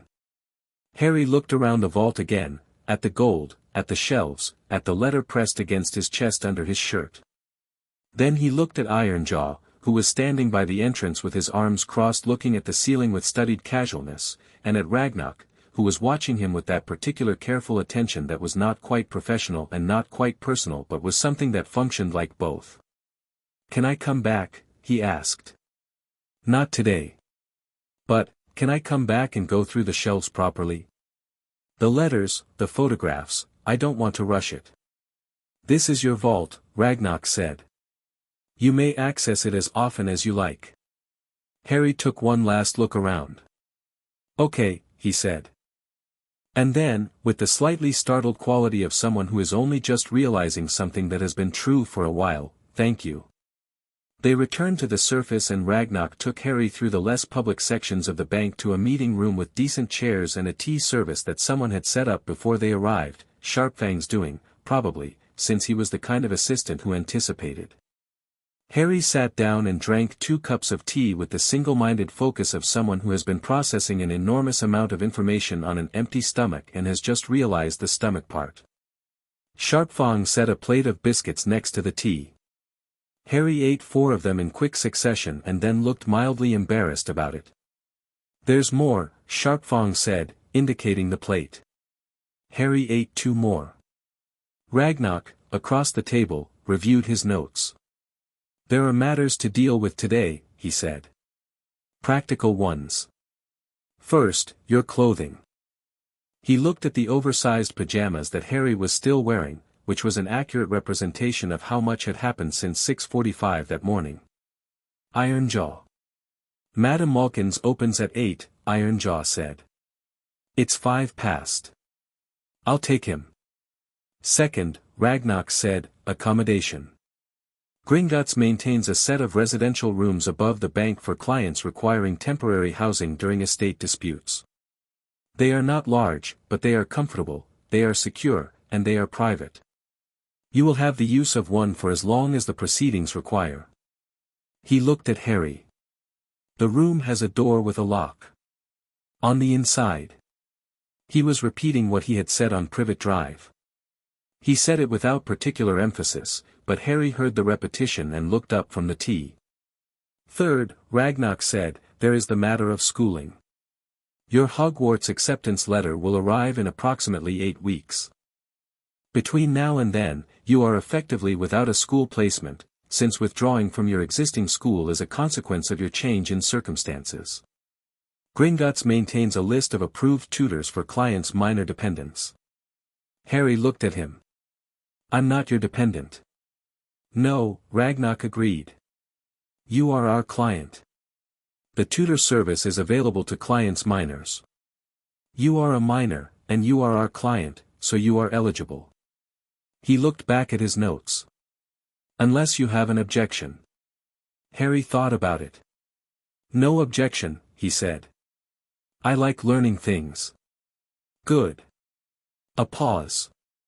Fourth, and this is less of a practical matter and more of an informational one, the ministry will be in contact. Likely today, possibly within the hour. They are not pleased. Why not? Because the audit finding is, in part, a finding of institutional failure. The Department of Magical Child Welfare failed to review the welfare reports. The oversight officer failed to conduct actual inspections. The department head approved without looking. Ragnok set his notes down. This is embarrassing for the ministry, and the ministry responds to embarrassment by immediately attempting to manage the narrative. You may receive contact from the office of the minister, from the Department of Child Welfare, and from Albus Dumbledore. He said the last name with the same neutrality he gave everything, which somehow made it sound more significant than if he'd inflected it. Dumbledore, Harry said. The letter said he's my magical guardian of record. He holds a protection role established when he placed you with the Dursleys. Whether that constitutes legal guardianship is, interestingly, not well defined. He did not file formal guardianship documents. He authorized a protection ward and ensured the placement happened. Ragnok picked up his quill. The distinction may matter, in the formal proceedings. He knew I was in a cupboard, Harry said. Not angry. Just stating it. The welfare reports, he'd heard the phrase enough this morning to understand what it meant. He got the reports. Ragnok said nothing, because there was nothing accurate to say that wasn't also an answer to a more complicated question than Harry had asked. Harry looked at him. Did he know? He received documentation, Ragnok said, that stated you were healthy and adjusting well. Whether he read it closely, whether he sought additional confirmation, whether he paused, and chose his next words with the precision of a man who deals only in what can be supported. Those are questions that have not yet been answered. Harry was quiet for a moment. But you think he should have checked? I think, Ragnok said carefully, that when one places a child in circumstances and receives quarterly reports on that child's welfare, reading those reports is the minimum standard of care. It wasn't quite an answer. But it was close enough that Harry nodded slowly and went back to his tea.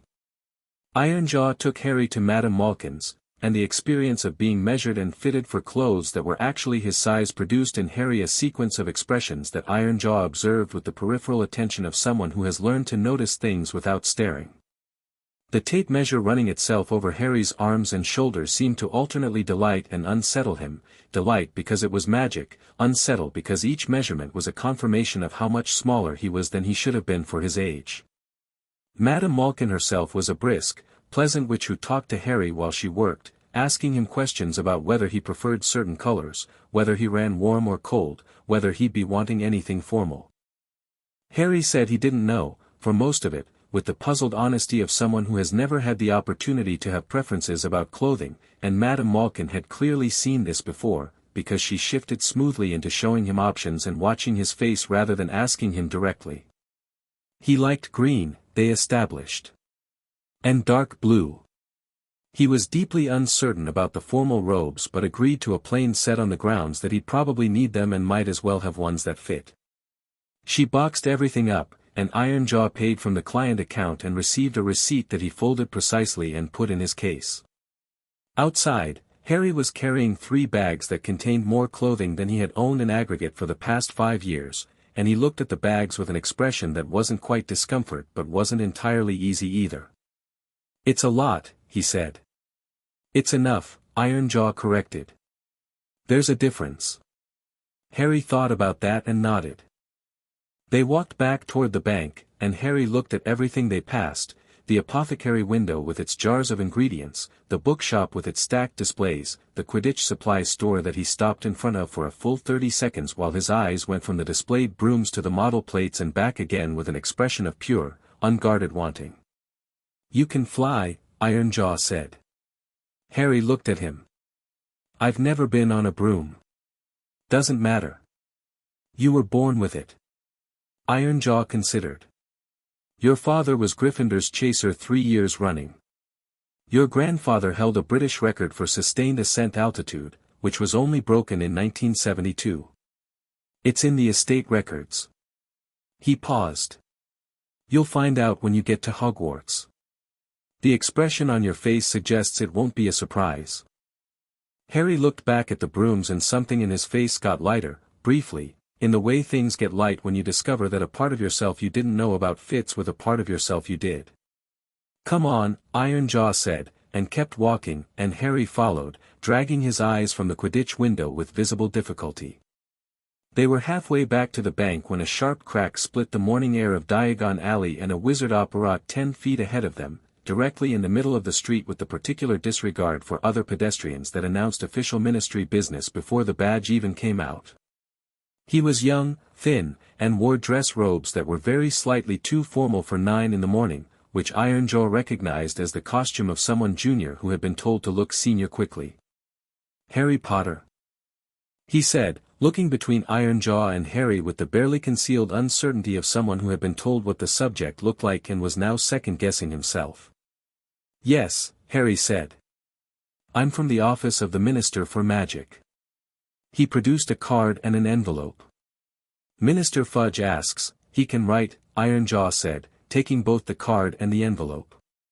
He looked at the envelope, turned it over, looked at the ministry seal, and handed it to Harry. "For your records." The wizard blinked at Ironjaw. "I was supposed to, the minister wanted me to accompany Mr. Potter. Mr. Potter is in Gringotts' care," Ironjaw said pleasantly. "He has a room. He has food. He is getting on extremely well. If the minister wishes to formally arrange a meeting, he should contact our client liaison office, who will schedule it after Mr. Potter has had time to settle." He looked at the wizard. "Is there anything else?" The wizard opened and closed his mouth in the way of someone who had prepared for a range of responses and had not prepared for this one. Professor Dumbledore also wanted me to, he asked that I convey, Gringotts will be in contact with Professor Dumbledore through the appropriate channels, Ironjaw said. Good morning. He walked past the wizard. Harry, after a brief moment, followed, and looked back once at the ministry official standing in the middle of the alley looking at the space where they'd been. Was that allowed? Harry asked quietly. Just, walking away from the ministry. You're a Gringotts client receiving estate services, Ironjaw said. Not a ministry ward, not a ministry case, not under ministry authority. The ministry has no standing to compel your movement.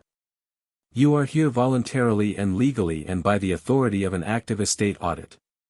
He paused. They know all this. That wizard was a show, not a summons. He was sent to see where you were, how you looked, and whether you'd come quietly. Harry thought about this. They're worried. They're embarrassed, Ironjaw said. Which is worse, from where they're standing. Embarrassed people do chaotic things. Harry tucked the ministry envelope under his arm. Dumbledore, he said. He'll want to see me too. He will, Ironjaw said. I'll want to see him, Harry said. It wasn't uncertain. But on my own terms. When I know more. When I understand more of what, when I've read the records and I know what questions to ask. He looked up at Ironjaw. Can Gringotts hold them off until then? Officially? Ironjaw looked at him sideways. It was, from a 10-year-old who had been sleeping in a cupboard until this morning, an impressively constructed position. With pleasure, Ironjaw said. The residential room above Gringotts was on the third floor of the building's private wing, accessible only by a staircase that required key authorization at both the bottom and the top.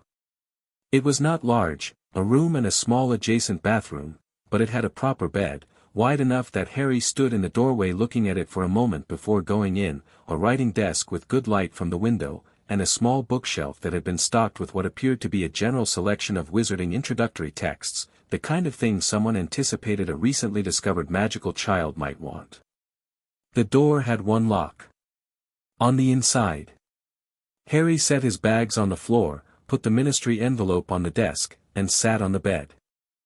He sat there for a while, in the quiet, with the letter from his father pressed against his chest under his new shirt and the marble from his old life in his pocket, and outside the window Diagon Alley went about its morning below, full of ordinary magical life. Then he reached into his shirt and took out the letter. He held it for a long moment, looking at the handwriting. To Harry, when you're ready. He turned it over. He ran his thumb along the edge of the envelope. He thought about a man who had organized galleons into neat columns and kept family photographs in a vault and planted a kitchen garden in Wales and written a letter for a son who had been 10 months old when the letter was written, which meant the letter had been written not for the son he knew but for the son he hoped for. He opened it. The handwriting inside was the same flowing confident script, denser now, filling both sides of a thick sheet of cream parchment. No date at the top, but a salutation that made Harry's breath stop briefly, Harry, my lad. He read it in the quiet of the room, with the Diagon Alley morning moving below the window and Gringotts solid and ancient around him, and no one came to interrupt, and no one asked him how he was doing, and no one told him to hurry up. He read it once, carefully. Then he read it again. Then he folded it precisely, put it back in the envelope, and put the envelope in the inside pocket of his new jacket, the green one, the one he'd chosen himself, close to his chest. He sat for another while, looking at the window. Then he got up, went to the bookshelf, pulled out a book called An Introduction to Wizarding Britain, History, Custom, and Law, and started reading from page 1. He was going to need to understand everything. Chapter 4, The Ministry Blinks. The owl arrived at the Ministry of Magic at 8:47 in the morning, which was early enough that most of the important people hadn't finished their tea and late enough that the news had already spread through the lower floors via the particular mechanism that moves gossip through institutions, not memos, not official channels, but the quiet, rapid physics of people talking to people while pretending not to. By 9 o'clock, Cornelius Fudge knew. He was in his office on the third floor when his senior aide knocked and entered with the expression of someone who had drawn the short straw and was philosophical about it. The office was decorated in a way that communicated ministerial authority through sheer density, framed certificates, photographs with important people, a desk large enough to play Quidditch on if the ceiling had been higher. Fudge was a round-faced man with a tendency toward elaborate hats that he was not currently wearing, since the morning had caught him slightly off ceremony. The aide put the Gringotts notification on his desk and stepped back. Fudge read it. Then he read it again. "Sit down," he said. "Sir, I'd rather, sit down, Perkins." Perkins sat. Fudge pressed the notification flat on his desk with both palms and looked at it the way Vernon Dursley had looked at it 2 hours earlier, though with the addition of political calculation layering over the personal alarm. He had been in office 4 years. He had, in 4 years, carefully managed his relationship with Albus Dumbledore, who was not technically part of his government, was technically just a headmaster, but who was in practice a weight that the entire political infrastructure of Wizarding Britain leaned against for balance. Upsetting Dumbledore was not something you did carelessly. And then there was the Potter boy. The Potter boy was, Fudge picked up his tea, put it down, picked it up again, the Potter boy was a symbol. Symbols were powerful and extremely fragile and required careful management, and the last thing you wanted with a symbol was for Gringotts to dig up a 9-year audit trail showing that the ministry had been approving falsified welfare reports for the symbol in question while the symbol was sleeping in a cupboard. "Get me Madam Bones," he said. "Sir, and Dumbledore." He paused. "Dumbledore first." "No, Bones first. Dumbledore after. And not together." He looked at the notification again, at the figure at the bottom of the property lien section. "Good Lord. Sir, the Department of Child Welfare is already requesting, they can wait." Fudge stood up and went to his window, which looked out over the ministry's internal atrium, the fountain below, the gold statues gesturing importantly at each other. He stood there for a moment with his hands clasped behind his back. Who was the oversight officer? The one who filed the reports. Archie Belkins, sir. He retired in '88. Retired. Right. Fudge closed his eyes briefly. And the department head who signed off? Millicent Chubb. She transferred to International Magical Cooperation in '89. Of course she did. He turned around. Pull their files. Pull the full history of the account. I want it on my desk before Bones arrives, and I want it sealed, no copies circulating. Perkins wrote this down with the speed of someone who could write and look pained simultaneously. And the Gringotts audit team? They've indicated they'll be filing a full report. Yes, they'll file it. Fudge returned to his desk and sat with the deliberate steadiness of a man settling in for something long and unpleasant. Gringotts always files everything. That's rather the problem. He picked up his quill. The question is what we do before that report becomes public record. He started writing, and Perkins recognized the particular quality of the silence that followed, the silence of a minister calculating, which was different from the silence of a minister thinking, and different again from the silence of a minister who had already decided but was working out how to present the decision as something other than what it was. Perkins took the hint and went to make the arrangements. Amelia Bones, head of the Department of Magical Law Enforcement, arrived at Fudge's office at 9:35 with a leather case under one arm and an expression that indicated she had already read the notification, had already formed an opinion, and was waiting to see whether Fudge's opinion was compatible with reality or whether this was going to be the kind of morning where she had to do the thing she hated, which was argue with her own minister in front of witnesses. She was a broad, square woman with a monocle and a manner that reminded people, sometimes uncomfortably, of an oak desk, solid, functional, honest about its weight, and absolutely immovable if you tried to shove it somewhere it didn't want to go. She had been in law enforcement for 30 years. She had worked under 3 ministers. She had a low tolerance for things that were the wrong shape and an equally low tolerance for people who tried to tell her the wrong shape was actually fine if you looked at it from the right angle. She sat down without being invited and put her case on the table. "You've read it," Fudge said. "I had a copy before you did," Bones said. "Standard audit notification, DMLE gets a parallel copy when the subject is a minor." She opened the case and removed a sheaf of parchment. "I've spent the last 45 minutes pulling the original placement documentation. The welfare reports. The account authorization records. And it's as bad as it looks." She put 3 pages on the desk between them. The hardship bonus was claimed 9 consecutive times. The welfare reports are functionally identical, I mean that literally, Cornelius. Someone reused the same text with minor variations.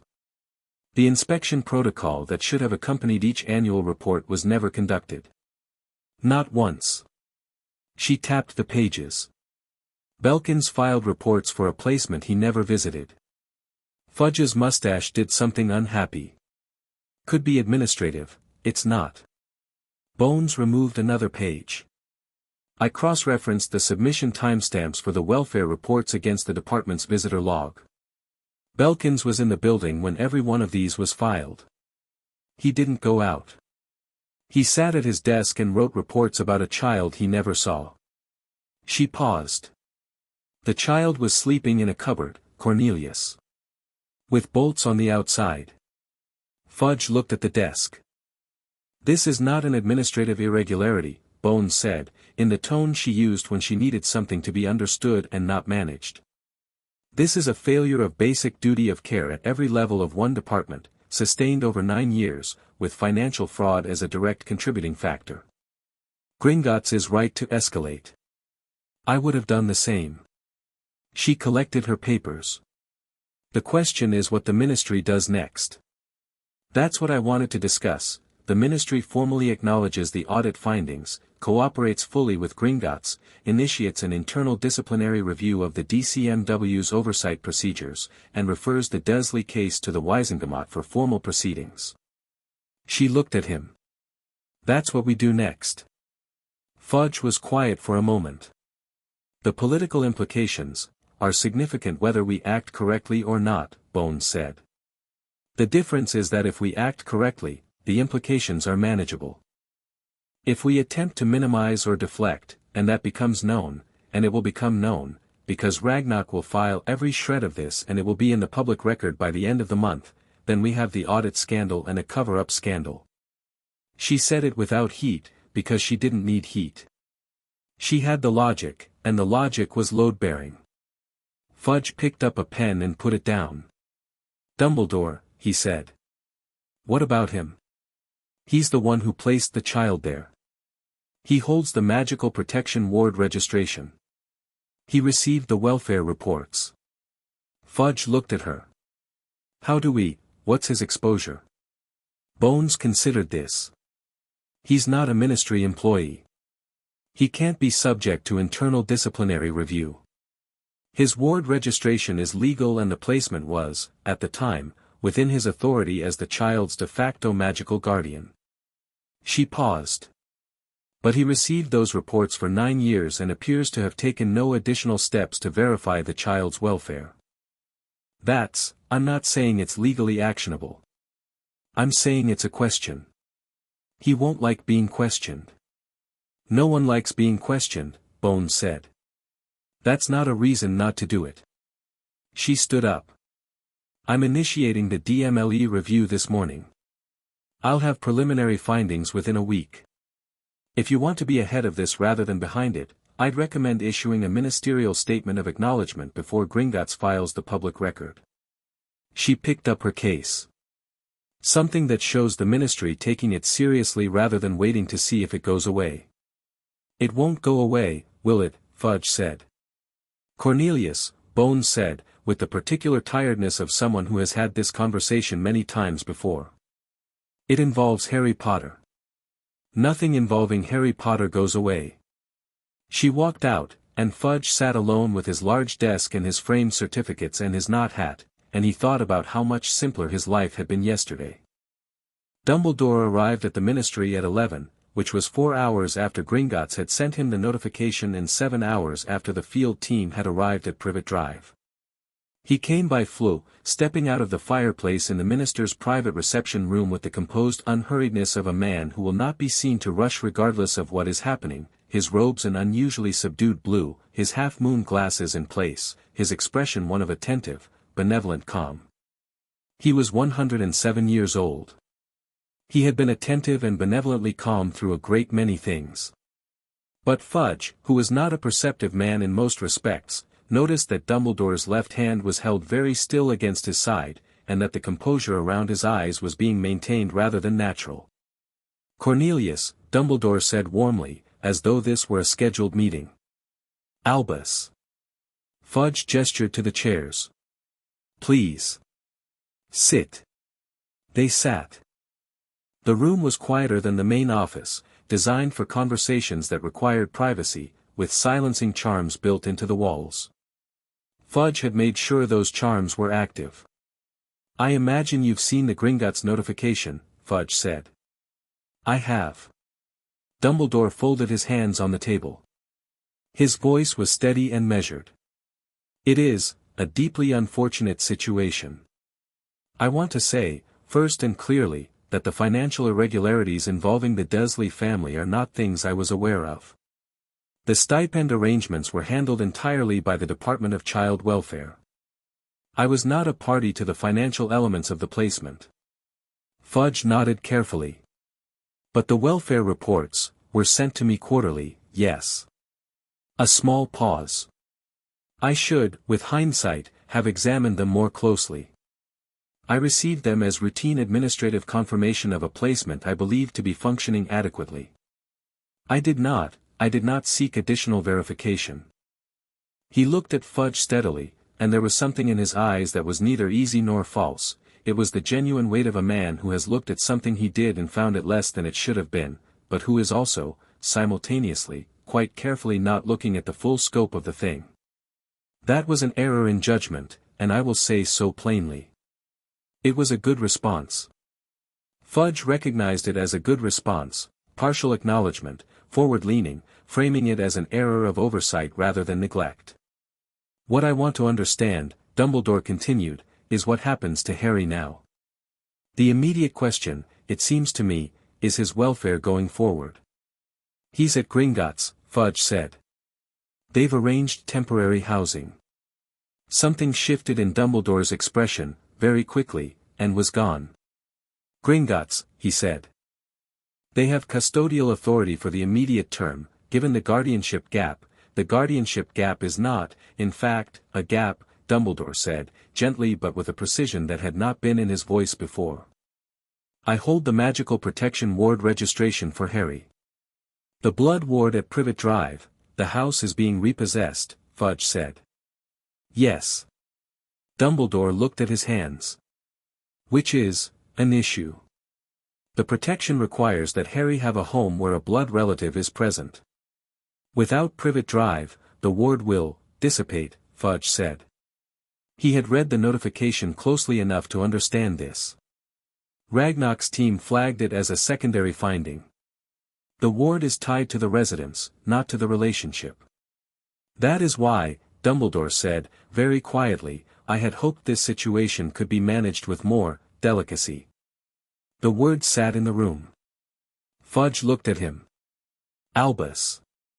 You're not suggesting, I am not suggesting anything improper." Dumbledore met his eyes, and his gaze was that infuriating, ancient, layered thing, multiple things at once, all of them plausibly deniable, none of them entirely comfortable. "I am simply noting that the protections around Harry were substantial, and that removing them carries risks. There are people who would be very interested to know that Harry is no longer warded." "He's inside Gringotts," Fudge said. "There aren't many places safer." "Gringotts protects gold," Dumbledore said. "What threatens Harry is not interested in gold." "Then perhaps that's an argument for better protections rather than returning a 10-year-old to a house where he was sleeping in a cupboard." It was the most direct thing Fudge had said in the meeting, and it surprised both of them slightly. Fudge, upon reflection, decided he stood by it. Dumbledore looked at him for a moment, and the composed benevolence did something complicated. "No," he said quietly. "You are right. Of course you are right." He sounded, for just a second, genuinely tired. I had convinced myself that the arrangement was adequate. That the protection it provided outweighed, that the value of the ward was sufficient justification for. He stopped himself. For a long moment the room was very quiet. "I should like to see Harry," Dumbledore said. "I should like to speak with him directly. I owe him that, I think. Gringotts has indicated that any request for a meeting should go through their client liaison," Fudge said carefully. "Harry is their client. He has some standing to determine his own schedule." Dumbledore looked up. "He's 10 years old. He's also the primary holder of the Potter estate and the subject of an active audit proceeding," Fudge said. "Gringotts' position is that he has client standing, which means he has some say. He's not a ward." He looked at Dumbledore. "He apparently asked for time before meeting with anyone. He wants to understand his situation first." Dumbledore was quiet for a moment. "That sounds," he said, with something that wasn't quite a smile and wasn't quite not one, like James. McGonagall got the notification copy at 11:30, by internal ministry OWL, a parallel distribution to all staff with active welfare oversight roles for magical minors, which included the head of Gryffindor in her capacity as a Hogwarts staff member with a semi-official role in new magical child identification. She was in her office at Hogwarts, which was just being aired out for the summer, windows open onto the grounds, the smell of June grass and lock water coming through from below. She had a stack of end-of-year grading that she should have finished last week, and a cup of tea that was precisely the temperature she liked it, and she was, by all external indicators, having a perfectly normal morning. She opened the notification owl's letter because it was marked urgent, and because anything marked urgent warranted immediate attention, and because she had been deputy headmistress long enough to know that urgent things that you put aside for 20 minutes had a way of becoming catastrophic things. She read the first page. Then she stood up, which she did not usually do while reading, because it was an undignified habit. She read the rest standing. Then she sat back down, which was also undignified, because she did it too fast. Number 4, Privet Drive. Harry Potter. Field audit. Welfare reports found materially inaccurate. Child's bedroom, a cupboard under the stairs, secured from the outside by 3 bolts. She picked up the letter again and found the specific line and read it again, because the first time she had thought perhaps she had misread it, and the second time confirmed that she had not. She thought about the 1st of November, 1981. She had been on Privet Drive before Dumbledore arrived that night, had spent half a day watching the house, watching the Dursleys, Vernon coming home, the news on every television she could see through the windows, Muggles talking about strange things without knowing what they were part of. She had been in her cat form, sitting on a garden wall, and she had watched and she had known. She had known. She had told Dumbledore. She had said, plainly and clearly, that these were the worst sort of Muggles she had ever encountered, that she couldn't see how he could think it better for Harry to grow up here than with any magical family. She had said those words. She remembered saying them. And Dumbledore had said the protection was paramount, and she had accepted it. Had allowed herself to accept it, because Dumbledore was Dumbledore, and because the alternative was unthinkable, and because she had told herself, in the years following, that whatever the Dursleys were, they were not monsters. The cupboard. 3 bolts. Child is healthy, adjusting well. She put the letter face down on her desk and sat for a long moment looking out the window at the summer grounds, at the lake glittering in the distance, at the beech trees, at the absolute ordinary beauty of the place she had spent her life, and she felt something that she was honest enough with herself to name correctly. It was not surprise. That was the worst part. It was not surprise. She picked up a piece of parchment and began writing a letter. Not to Dumbledore. Not to the Ministry. To Gringotts. She wrote quickly, in her precise narrow script, and she did not soften anything, because she was 63 years old and she had used up her allowance of self-protective softening on the night of November 1st and she was not going to use any more of it. She wrote that she had concerns she wished to place on the formal record regarding the circumstances of Harry Potter's placement. She wrote that she had expressed reservations about the placement in 1981 and that those reservations had been overridden. She wrote that she was prepared to provide a full account to any formal proceedings. She wrote that she would make herself available at the convenience of the relevant parties. She signed it Professor Minerva McGonagall, Deputy Headmistress, Hogwarts School of Witchcraft and Wizardry, and then added, after a moment's consideration, formerly of the Gryffindor Child Welfare Liaison Roster, 1976 to 1985. She sealed it, called a school owl, and sent it before she could think of reasons not to. Then she sat back in her chair and felt, under the weight of everything else, something that was lighter than expected. Something that was the small, complicated relief of finally saying a true thing. The letter arrived at Gringotts at 12:43, and Sharp Fong brought it to Ragnok, who was in the middle of a different, less interesting piece of paperwork and was relieved for the interruption. He read it. He read it again. "Sharp Fong," he said. "Sir. File this under the Potter matter. Primary documentation, not secondary." He set the letter down. "And note the date and time of receipt." Sharp Fong made a note. "It could be significant in the Wisengamot proceedings." "It will be," Ragnok said. "Someone at Hogwarts who raised objections in 1981 and is now putting that on the record." "Yes. It will be significant." He picked up his quill. "Reply professionally. Confirm receipt, confirm that the formal proceedings will include an opportunity for testimony, provide the liaison contact for scheduling." He paused. "Be warm." Sharp Fong raised an eyebrow. "Warm, sir." "She's doing the right thing and she knows it cost her something," Ragnok said. "Be warm."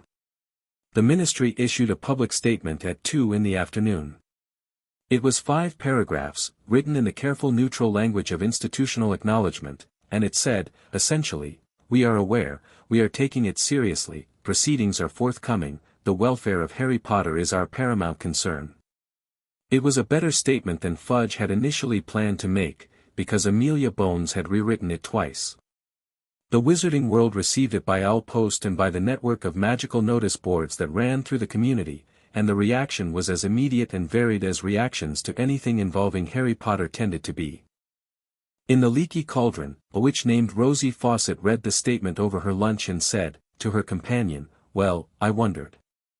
I always wondered," in a tone that suggested she had not in fact wondered until 30 seconds ago but intended to have wondered for years. In a house in Edinburgh, a wizard who had fought alongside James Potter at the Battle of Brockdale Bridge in 1979 read it and felt something dark and specific settle in his chest, and wrote 3 letters before tearing them all up and writing nothing. In Flourish and Blots, a young shop assistant named Penelope Clearwater read it and immediately told her manager she needed her lunch break early, and spent it in the alley behind the shop sitting on a crate feeling complicated about things she hadn't thought about in years, including the 2 years she had spent finding excuses not to look too closely at Dumbledore's decisions because it was easier than the alternative. In a room above Gringotts, Harry Potter did not read the statement, because no one had brought it to him yet, and he was 300 pages into an introduction to Wizarding Britain and had started a list of questions in the back of the notebook Sharp Fong had provided, and the list was currently 27 items long and growing. At 4 in the afternoon, there was a knock at his door. He was sitting cross-legged on the bed with the book and the notebook, and he looked at the door for a second, at the lock, on the inside, which he had not turned because Ragnok had said you may access the vault as often as you like, and that particular quality of being told you were welcome had made him not want to barricade himself in. "Come in," he said. It was Griphook, who Harry had met briefly in the corridor that morning, a young goblin, junior auditor by the look of his credentials, with quick dark eyes and a manner that had seemed interested in Harry in a way that was different from the professional attention of the rest of the team. He was carrying a tray with food on it and a folded newspaper on the side. "Ragnok said you should eat," Griphook said, setting the tray on the desk. He looked at the notebook. "That's a lot of questions." 29 now, Harry said, adding 2 more. What time is it? Nearly 4. Griphook looked at the notebook again. He seemed to be deciding something. Can I read them? Harry considered him for a moment. Then he handed over the notebook. Griphook read through the list, moving his lips slightly on some of the more technical questions. His expression shifted through several stages: recognition, assessment, something that might have been respect. Number 14, he said. What is the legal difference between a magical guardian and a blood guardian, and does either require the subject's consent? That's a good question. That's actually a very good question. I thought so, Harry said. Griphook set the notebook down. He stood for a moment with the slightly stiff posture of someone deciding whether they're about to do something professional or something else. Then he pulled the chair out from the desk and sat in it. The answer is complicated, he said. But the short version is that blood guardianship is automatic, derived from family ties. Magical guardianship is conferred, which means there's a presumption that it was accepted or at least not contested by the subject. When the subject is an infant, he paused. When the subject is an infant, consent is assumed. But I'm not an infant now, Harry said. Griphook looked at him.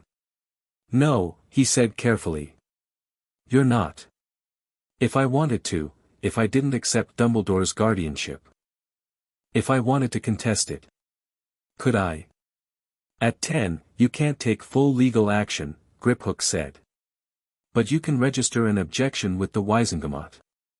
An objection from the subject of a guardianship arrangement carries significant weight in proceedings, especially when the circumstances that established the arrangement are. He looked for a word. Under review. Harry picked up the notebook and wrote this down under question 14. Is there someone at Gringotts who handles that kind of objection? There's a legal division, Griphook said. He was watching Harry write with an expression that had moved quite clearly past professional assessment into something more like genuine curiosity. You're very organized for someone who found out this morning that they have a bank account. I found out a lot of things this morning, Harry said. I'd rather understand them than feel things about them. He looked up. At least for now. Griphook nodded slowly. He stopped himself, then seemed to decide it didn't matter. That's how we approach things. Goblins. Understanding first. Harry looked at him. Do you like working here? At Gringotts? It was a simple question, asked with genuine interest, and it seemed to catch Griphook slightly off balance, the way questions do when they're more direct than you expected. I've just started, he said. Junior auditor. He thought about it. It's good work. Important work. He looked at the desk, at the tray of food. You should eat. Harry picked up a sandwich and ate it and went back to the notebook. Griphook remained in the chair, which had the quality of something that had just quietly decided to happen, and after a moment he said, Number 22. What is the current status of Death Eaters? I can't answer that one officially. Can you answer it unofficially? Some are in Azkaban, Griphook said carefully. Some were not caught. Some claimed they'd been under the Imperious Curse, which is a mind control spell, and were believed. A pause. Some were believed by people who wanted to believe them. Harry wrote that down. And are any of them dangerous? To me specifically? Griphook looked at him steadily. Probably, he said, which was honest, and Harry appreciated it the way you appreciate something that is cold and true over something that is warm and false. Good to know, Harry said, and wrote that down too. The afternoon moved around them, and Diagon Alley was loud and alive below the window, and Harry worked through his list, and Griphook stayed in the chair and answered what he could and said plainly when he couldn't, and it was the most straightforward conversation Harry had ever had with anyone, and that was saying something because he'd spent the day with goblins. At 5:30, Ragnok knocked and entered and looked at Griphook with the specific expression of a senior goblin who has found a junior one somewhere unexpected and is choosing to interpret it charitably. You've answered his questions, he said. Some of them, Griphook said, standing. Ragnok looked at the notebook. He picked it up and read through the list, turning pages, and his expression moved through something complicated. When he set it down, he looked at Harry differently than he had looked at him before, not warmly, exactly, because warmth was not Ragnok's mode, but with a specific quality of attention that meant something. "The legal division," he said. "I'll arrange a meeting tomorrow. For the guardianship question." Harry nodded. "Thank you. There's also this." Ragnok produced the ministry statement and set it on the desk. "The ministry's public acknowledgement. You should read it. Then I'd like your thoughts." Harry picked it up and read it. He read it in the same careful focused way he'd read everything today, and when he'd finished, he set it down. "It's thin," he said. "It is," Ragnok agreed. "They're worried about how it looks." "Not about," Harry looked at the statement. "They're not actually talking about what happened. They're talking about how they're responding to what happened." "Yes," Ragnok said. "Is that normal?" "For governments," Ragnok said, "yes. Thoroughly normal." Harry considered this. "What do we do about it?" The "we" was the word. It landed in the room with a kind of quiet precision, a 10-year-old including himself in the strategy of his own situation, not waiting to be managed, claiming a seat at the table. Ragnok registered it and set it aside to consider later, in the professional equivalent of something that moved him. For now, Ragnok said, nothing. The Wisengamot proceedings will be the arena where what actually happened becomes part of the formal record. The ministry statement is a preamble. The proceedings are the substance. He looked at Harry steadily. "You will be asked to testify. You don't have to decide today how you feel about that." "I'll testify," Harry said immediately. "You might want to consider," "I said I'll testify," Harry said, not aggressively, not with heat, but with the specific simple certainty of someone who has spent a long time with no power over their own story and has decided, all at once, that this is no longer how things will be. "Whatever happened, it happened to me. I should be the one to say it." Ragnok looked at him for a long moment. "Yes," he said. "You should." Chapter 5, a room with a door. 3 days into his residence above Gringotts, Harry discovered that he could not sleep past 5 in the morning. He lay in the bed, the proper bed, wide and real, with a mattress that had no springs pushing through it, and looked at the ceiling in the early grey light and waited for someone to bang on the door and tell him to start breakfast. The bang didn't come. The door stayed closed. The lock on the inside stayed where he'd put it, which was unlocked, because he'd been putting it unlocked every night and every night nothing bad had happened, and he was beginning to understand on a level below thought that this was going to continue to be true. He got up at 5 anyway, because 10 years of habit didn't dissolve in 3 days, and he sat at the desk with the notebook and watched Diagon Alley wake up below the window. It woke up differently than Privet Drive had. Privet Drive woke up with the sound of the same things happening in the same order, alarm clocks, cars, the specific suburban percussion of people who had organized their mornings into a sequence they could perform without thinking. Diagon Alley woke up sideways. A light would appear in a window that hadn't been lit a moment before. A door would open and someone would put something outside it, a sign, a crate, a cat, and then go back in. The sound of something being swept. The rattle of a cart. The morning had a quality of improvisation, like it was being assembled by people who were each doing their own version of it. Harry watched and added 3 more questions to the notebook. On the 4th morning, Griphook found him at the desk at 6 and said, "You don't have to get up this early," and Harry said, "I know," and Griphook sat in the chair and they talked about property law for an hour before the rest of the bank woke up. This became a thing that happened. Not by agreement, not because anyone scheduled it, it just kept happening, the way things happen when 2 people find a time that fits. Griphook would arrive with or without food, depending on whether the kitchens were operating yet, and Harry would be at the desk with the notebook, and they would talk. About wizarding law, about goblin history, about what the ledgers in the deep vaults actually contained, about the way the magical world was organized and who had decided to organize it that way and whether those were good decisions. Griphook talked about things that Harry got the impression junior auditors didn't usually discuss with clients, possibly because junior auditors didn't usually spend their mornings in clients' rooms. But he talked precisely and honestly, and Harry asked questions precisely and honestly, and neither of them felt the need to add social softening to the conversation, which both found efficient.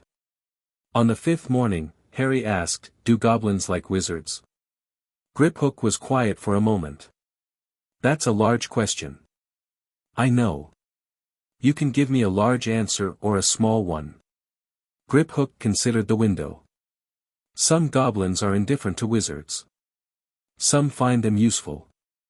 Some find them frustrating, in specific ways that have historical roots." He looked at Harry. "There have been several goblin rebellions. You'll learn about them at Hogwarts, probably in a watered-down version that focuses on resolution rather than cause. The cause, most of the time, was wizards deciding that goblin-made things belonged to wizards once a wizard had bought them, which goblins find philosophically objectionable." "Because you made them," Harry said. "Because we made them," Griphook said. "And because the assumption that ownership transfers completely to the purchaser rather than remaining partly with the maker, that's a wizarding legal concept. Not a goblin one." He paused. "We think of things differently." Harry wrote this down. "Is that why you don't like wands? Wizards keeping wands to themselves?" Griphook looked at him sharply. "Where did you read that?" "Book 7 on the shelf. History of Magical Governance, Chapter 12. Griphook relaxed slightly. "Yes. Among other reasons." He looked at the shelf, at the row of books that Harry had been methodically working through. "You read quickly." "I've had a lot of time to practice," Harry said. "Not much else to do in a cupboard." He said it plainly, without drama, the way you mention a fact about your past that you've processed enough to state without bleeding. Griphook received it the same way, without flinching or flooding it with sympathy, which Harry appreciated. "The legal meeting is this afternoon," Griphook said, standing. "The Guardianship Division. Ragnok will take you." "I know." Harry looked at the notebook. "I've been preparing." The legal division of Gringotts was 3 floors below Ragnok's office and felt, if anything, even more ancient, not in a dusty way, but in the way of something that had been doing exactly what it did for a very long time and had become essential through sheer continuity. The walls here were lined not with scrolls but with bound volumes, thousands of them, in a script that mixed gobbledygook with a form of magical notation that Harry couldn't read but which made his eyes feel slightly warm when he looked at it directly for too long. The goblin who met them was named Grinswick. She was small even by goblin standards, old in the way Ragnok was old, age worn into the lines of her face as something earned rather than suffered, and she had the specific quality of a person who has been correct so many times that they've stopped being interested in whether they're going to be correct and have become interested only in the particular shape of each new correctness. She sat across the table from Harry and looked at him over folded hands with eyes that missed nothing. "You want to register a formal objection to Dumbledore's magical guardianship," she said. "Yes," Harry said. "You're 10. I know. The Wisengamot gives limited standing to minors in guardianship proceedings." "Limited isn't none," Harry said. And Griphook said an objection from the subject carries weight, especially when the circumstances that establish the guardianship are under review. Grinswick looked at Ragnok, who was standing by the wall with his hands clasped behind him, and something passed between them that was too fast for Harry to read. "The process," Grinswick said, turning back to Harry, "is as follows. You submit a formal objection statement, which I draft based on your account. That statement is filed with the Wisengamot Registrar before the formal proceedings begin, which establishes it as a primary document rather than a late submission. It becomes part of the record." She paused. "At the proceedings, you may also give verbal testimony. The objection statement alone does not remove the guardianship, it initiates a review." "What would remove it?" Harry asked. A finding by the Wisengamot that the arrangement was not in your best interest, combined with an alternative arrangement being formally established. She studied him. Do you have an alternative in mind? Harry had thought about this. He had thought about it for 3 days, turning it over from different angles, asking grip-hook questions about it in the early mornings, reading about guardianship law in the books on the shelf. He had made notes. He had crossed things out and rewritten them. He had, in the end, arrived at something that felt not complete but directionally correct. Gringotts, he said. Temporary continuation of the custodial arrangement, until I'm old enough to make the full legal decisions myself. Grimswick raised an eyebrow. You want us to be your guardian? I want the arrangement that's already working to continue officially, Harry said. And I want it to be on record that I chose it. That it's not something that was decided for me. He looked at her steadily. I know I'm 10. I know I can't manage the estate myself or make major legal decisions. But I can choose who I trust to do it with me. And I've seen how Gringotts works. I've seen what fair looks like. A pause. I'd rather have fair than the alternative. The alternative being Dumbledore, and everyone in the room knew it, and no one said it, because they didn't need to. Grimswick was quiet for a moment. Then she opened her ledger and picked up her quill. Tell me about the placement. In your own words, from the beginning. Everything you remember. Harry told her. He started at the beginning, which for him was the cupboard, not the night he arrived, which he had no memory of, but his first actual memories, which were of small dark spaces and the sound of Vernon's voice through the door and the particular quality of light that came under a cupboard door in the early morning. He talked steadily and factually, and Grimswick wrote, and Ragnok stood by the wall and was very still. He talked for 40 minutes. He did not cry, because he had spent the first 3 days crying, privately, at 5 in the morning, sitting at the desk watching the alley wake up, crying very quietly and then stopping and going back to the notebook, and had gotten most of it out. What remained was the architecture of it, the shape, and that he could describe clearly. When he finished, Grimswick set down her quill and looked at him. I'll have the objection statement ready by morning, she said. You'll review it and confirm it's accurate before it's filed. Thank you, Harry said. She looked at him for another moment, and something in her expression did the thing that Ragnok's expression had done in the vault, not warmth, but a precise and weighty regard, the look of someone who has just assessed something and found it more substantial than expected. You'll do, she said, which from Grimswick, Ragnok later told him, was extraordinary. The days developed a rhythm. Not the rhythm of Privet Drive, which had been the rhythm of other people's needs imposed on him from the outside, but something that came from the inside out, organized around what he wanted to learn and when he was hungry and when he needed to be somewhere. Mornings were the notebook and grip-hook. Afternoons were either Gringotts business, meetings with the legal division, reviews of the audit findings, one session with the estate archivist who showed him through the documentation of the Potter family history, or the alley, because Ragnok had said he was free to walk in Diagon Alley and he had taken this seriously. He walked in the alley every afternoon, usually alone, sometimes with Ironjaw who moved through the street with the solid purposefulness of someone who went everywhere with a repossession kit and didn't feel the need to explain it. He was learning the place, the way the bookshop organized its sections, which was not logical but had an internal poetry, the way the apothecary's smell changed depending on what was being brewed in the back, the exact quality of light in the late afternoon when the shadows of the upper stories fell across the cobbles at a particular angle and the whole street went golden and strange.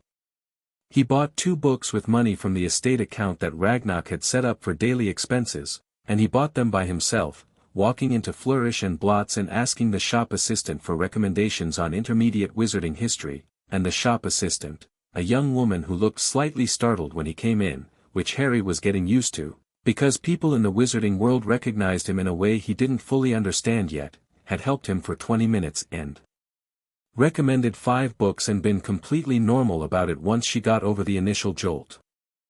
He bought those 2 because those were the ones he could carry. On the 6th day, he went back to Gringotts Vault 687. He went by himself.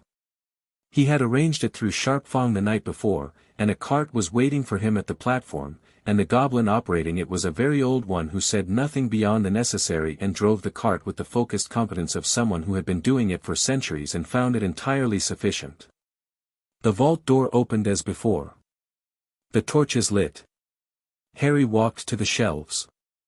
He had thought about this, what order to go through things. He had decided in the end to start at the far left and move right, which was not logical in any meaningful sense but felt like the right way to approach something that was going to be large. He pulled on the thin work gloves that Sharp Fong had suggested. The preservation charms keep things intact but older items respond better to handled care, and started. The first box held letters. Not the letter his father had written him, that was his. He'd read it twice more and was holding it for a third reading when he needed something, but correspondence, family correspondence, James Potter's handwriting and Lily Potter's handwriting and a third hand he didn't recognize that turned out, from the signatures, to be his grandfather Fleamont, which was a name that made Harry stop and read the signature 3 times and feel something unexpected, which was the particular warmth of someone whose family went back further than he'd known. He didn't read all of them. Not today. He read the dates on the envelopes and organized them roughly, and looked at the handwriting, and let himself understand that these people had existed. That there had been letters between them. That his family had been real in the ordinary way as well as the extraordinary way. The second box held photographs. Moving photographs, which he'd read about but not yet experienced. He picked up the first one and the people in it moved and he almost dropped it, catching himself and then laughing, short and genuine, at his own reaction. He was alone in the vault so there was no one to be embarrassed in front of, and the laugh bounced off the stone walls and the gold and came back to him and he let it. His mother was in many of the photographs. He had looked at the 2 photographs he'd had for years so many times that he'd memorized them, but those had been still. Moving, she was different. Vivid, she moved her hands when she talked. She had a laugh that went up at the end like a question. She was always the center of the photograph's gravity even when she was at the edge of it, the thing everyone's eyes moved toward. His father was exactly as he'd expected from the handwriting, all confidence and large gestures, an energy that even the photographs couldn't quite contain. He had Harry's hair or Harry had his, which Harry already knew, but seeing it move was different from knowing it. There was one photograph where they were both young, younger than the others, maybe 18, 19, sitting on a wall somewhere outside, summer, laughing at something the camera had been too late to catch. His mother had her head tilted back. His father had one arm around her shoulders and was looking at her rather than at whoever was behind the camera. They were so obviously, simply, completely happy that Harry had to put the photograph face down on the vault floor and sit with his back against the shelves for a while. He sat for maybe 10 minutes. Then he picked the photograph back up, looked at it again, and put it very carefully in the inside pocket of his jacket. He stayed in the vault for 2 hours. He didn't get through everything. The shelves were extensive and he had learned in 3 days of intense information intake that there was a limit to how much you could absorb in a single session before it stopped landing properly. But he found things. A child's toy, a small enchanted fox that still moved weakly when he touched it, which had probably been his. A journal in his mother's handwriting that he opened to the first page and closed again immediately because he wasn't ready, but knew the exact shape of not ready now rather than never. A box of his father's school things, Quidditch gloves, a prefect badge, a piece of parchment with elaborate doodles that turned out to be a caricature of a teacher, rendered with considerable skill and great irreverence. At the bottom of a shelf, behind a stack of preservation cases, he found a small wooden box with a sliding lid, and inside it was a collection of objects that stopped him completely. A rattle. A small knitted hat. A photograph of a baby, very small, with improbably dark hair and enormous eyes, held by a woman with red hair whose expression was the most completely demolished thing Harry had ever seen on a human face. Demolished in a good way. The best possible way. The baby was very clearly him. His mother was looking at him like he was the most extraordinary thing she had ever encountered. Harry sat with the wooden box in his lap for a long time, in the torchlight, 600 feet below London, surrounded by the careful, organized record of a family that had loved each other and had loved him before he was old enough to understand what love was.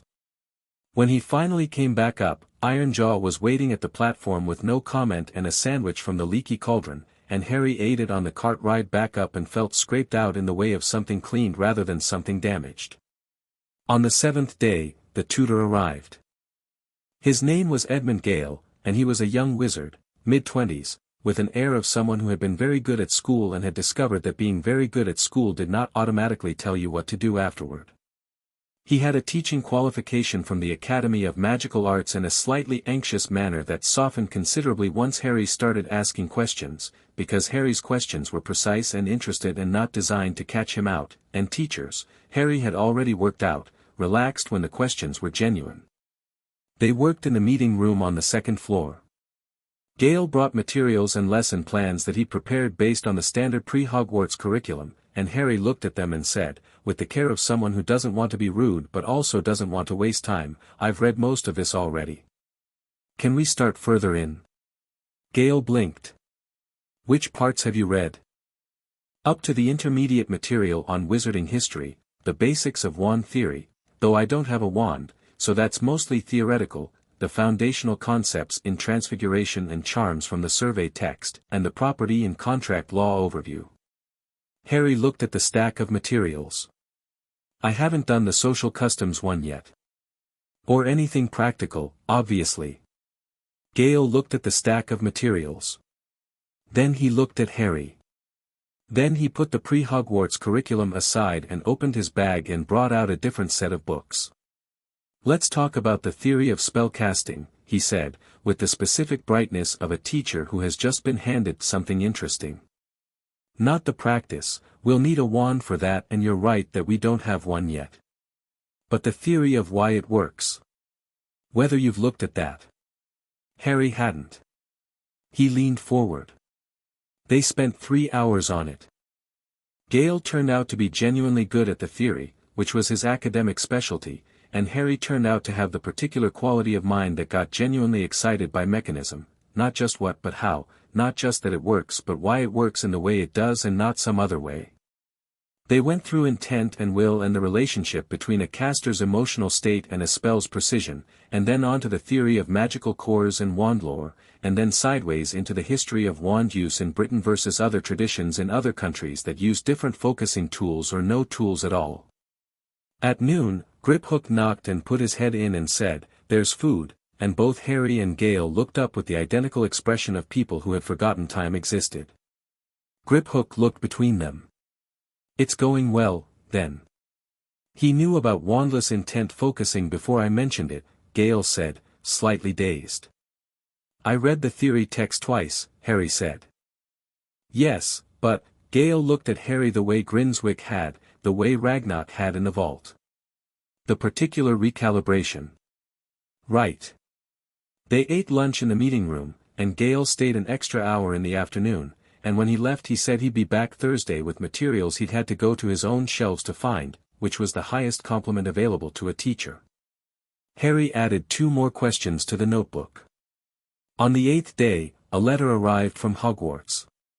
Not the Hogwarts letter, that wouldn't come for nearly 2 months. This one was on the school's cream letterhead, in the narrow precise handwriting Harry recognized now from the letter to Gringotts that Ragnok had told him about. "Dear Harry," it said. "You don't know me yet, though I will be your transfiguration teacher and head of Gryffindor House when you arrive at Hogwarts in September of next year. My name is Professor McGonagall. I am writing to you because I feel I owe you something that I should have offered 9 years ago, which is honesty, and which I am offering now, late as it is, because late is better than never, and because I will not have it said, not by myself and not in any formal proceeding, that I was not willing to say it plainly when given the chance. I knew, in November of 1981, that the Dursley household was not the right place for you. I said so. I was overruled. I should have pressed harder, or found another way, or done any of a number of things that I did not do. I did not do them because it was easier to trust that a decision made by someone wiser and more powerful than me was the right decision, and I have lived with that particular ease for 9 years and have not found it comfortable. I am not asking for forgiveness. I am not sure that is mine to ask for. I am simply telling you the truth, which is that you deserved better than what you received, and that more than one person who could have ensured you received it chose not to. You will likely be angry when you read this. You are entitled to be. I expect I will see you at Hogwarts next year, and I would like to start that relationship with an honest foundation, which requires the honesty to precede the relationship. If you would like to correspond before then, I am available. Yours sincerely, Professor M. McGonagall. Harry read it twice. Then he folded it and put it on the desk and sat with it in front of him for a while. He thought about what Griphook had said, on the first morning, understanding first. He thought about the list of 29 questions, now 43, and the careful systematic way he'd been approaching everything, assembling the picture piece by piece because the whole thing at once would have been too much. McGonagall's letter was a piece. He picked up a pen, a Muggle one, because he was still getting used to quills and didn't want his reply to look like it had been written by someone in the middle of a wobble, and wrote back. Dear Professor McGonagall, he wrote. Thank you for writing. I'm not angry. I think I should be, but mostly what I am is, I'm trying to understand how it happened. Not what happened, I understand that part. But how people who aren't bad people end up making decisions that are bad. That seems important to understand. I'd like to correspond before September. I have questions about Hogwarts, and about Transfiguration specifically. I've been reading the theory and there are several things I can't work out from books. Also, separately, were my parents kind? I know from the records that they were brave and capable. But I want to know if they were kind. Yours, Harry Potter. He sealed it and gave it to the school owl that was waiting in the hall, and watched it fly from the window in a long clean arc over the alley. Then Griphook arrived for the morning session, which had migrated from the early slot to 9 because Gale's lessons were taking the 5 o'clock energy, and they talked about the Goblin rebellions, the real version, Griphook's version, not the textbook one, and Harry asked questions and wrote the answers down, and the morning was bright and warm through the window and the alley was full of people living their ordinary magical lives below. At some point, Harry realized he was happy. Not dramatically happy, not the kind of happiness you'd write about, all rush and glow. Just the simple, structural happiness of being somewhere that fit. Of being fed and warm and learning things and treated like someone whose opinions were worth hearing. Of having a door with a lock he chose not to use, which was completely different from having 3 bolts on the outside. He didn't say anything about it, because it was private, and because he had learned from a long time of things being suddenly taken away that you held the good things quietly until they were solid. But it was there. On the 9th day, Ragnok called him to the office. The Wizengamot had set a date. 3 weeks, Ragnok said. The formal proceedings.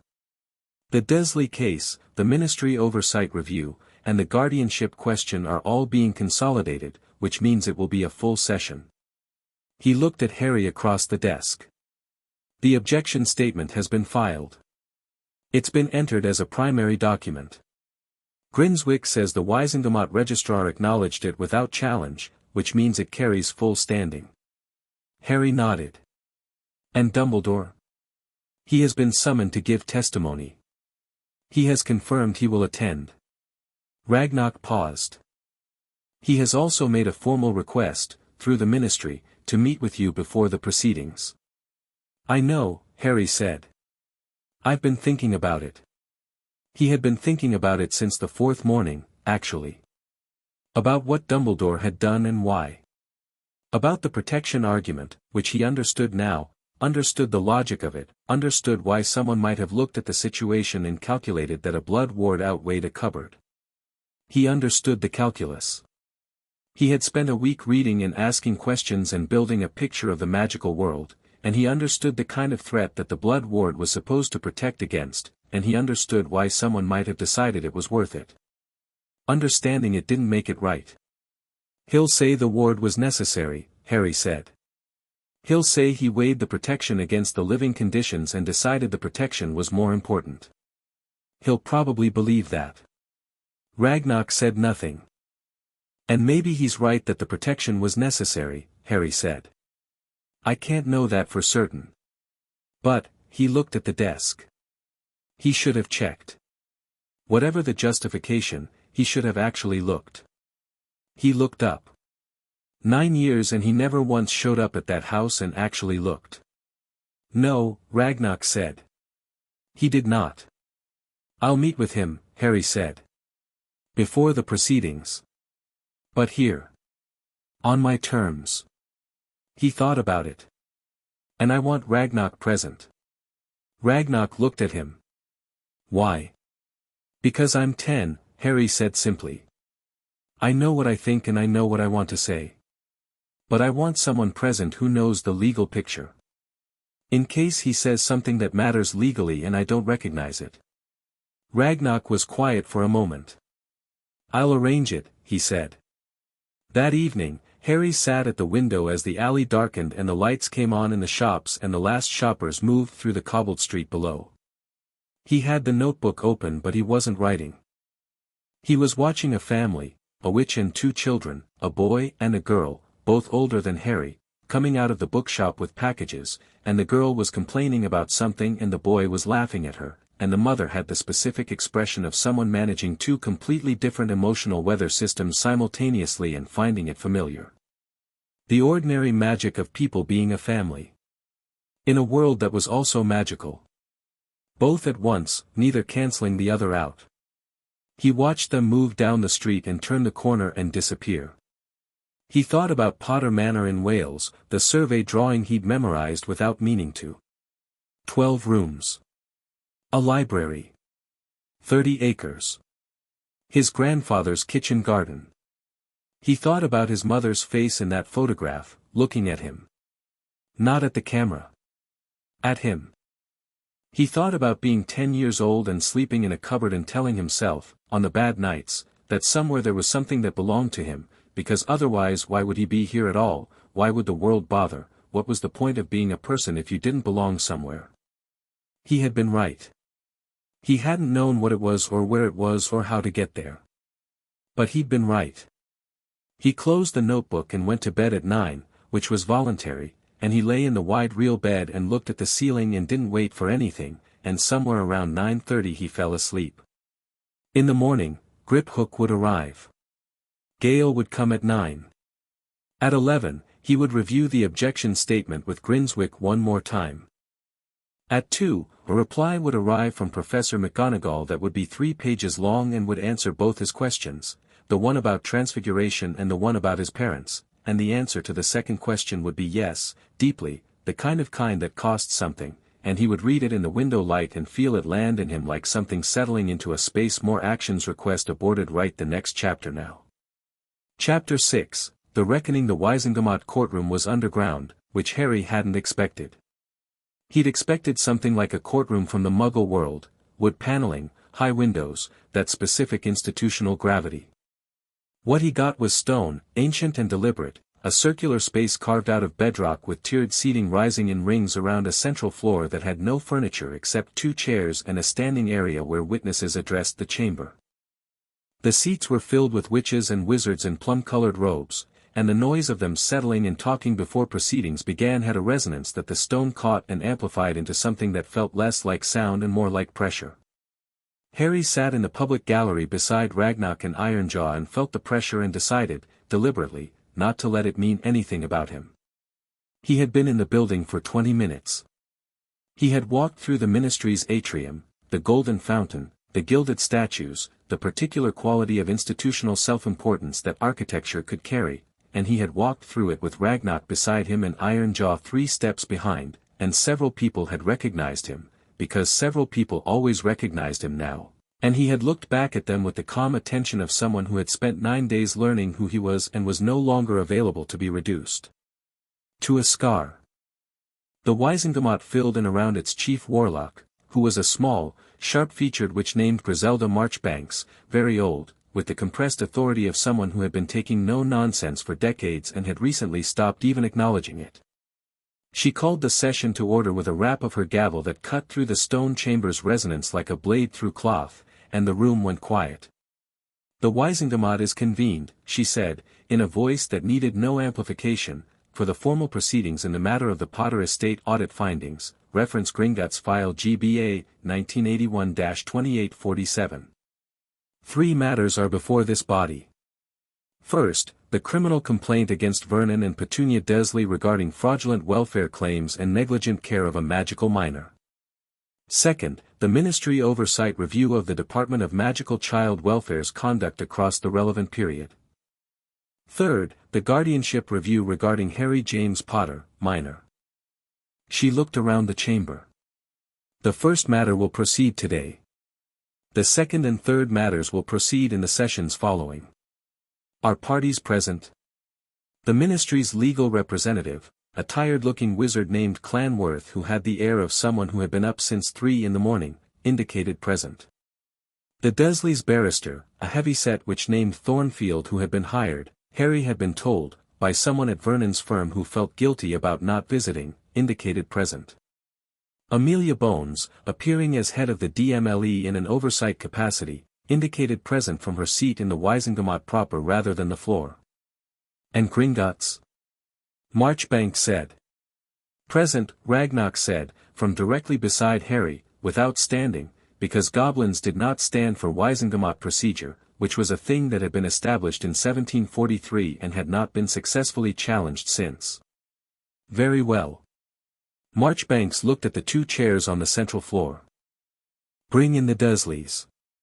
They came through a door in the lower wall that Harry hadn't noticed, escorted by 2 wizards in court robes. Vernon first, then Petunia behind him. They had dressed carefully, Vernon in his best suit, Petunia in a grey dress, which Harry recognized as the same thing he'd always watched them do for important Muggle occasions, the performance of respectability. The respectability sat differently here, in a stone chamber full of people who knew exactly what the audit had found. They were directed to the 2 chairs. Vernon sat heavily. Petunia sat with her back straight and her hands folded in her lap, and her eyes moved around the chamber taking it in, the stone, the robed witches and wizards, the ancient ceiling, the gallery. They stopped, briefly, on Harry. He looked back at her. He kept his face neutral, not cold, not warm. Just present. Petunia looked away first. Marchbanks spoke again. The charges before this body are as follows. 1 count of fraudulent submission of welfare documentation, 9 instances, each constituting a separate offense under the Magical Child Welfare Act of 1979. 1 count of misappropriation of ministry-administered trust funds. 1 count of negligent care of a magical minor, specifically failure to provide adequate housing, nutrition, and conditions consistent with the minimum welfare standards established under the same act. She set down the charge sheet. How do the accused plead? Thornfield, the barrister, stood. My clients enter a plea of not guilty to the fraudulent documentation charges, on the grounds that they signed documents in good faith and were not made aware of the specific standards the reports were required to meet. On the misappropriation charge, my clients acknowledge receipt of the funds and dispute the characterization. On the negligent care charge, she paused.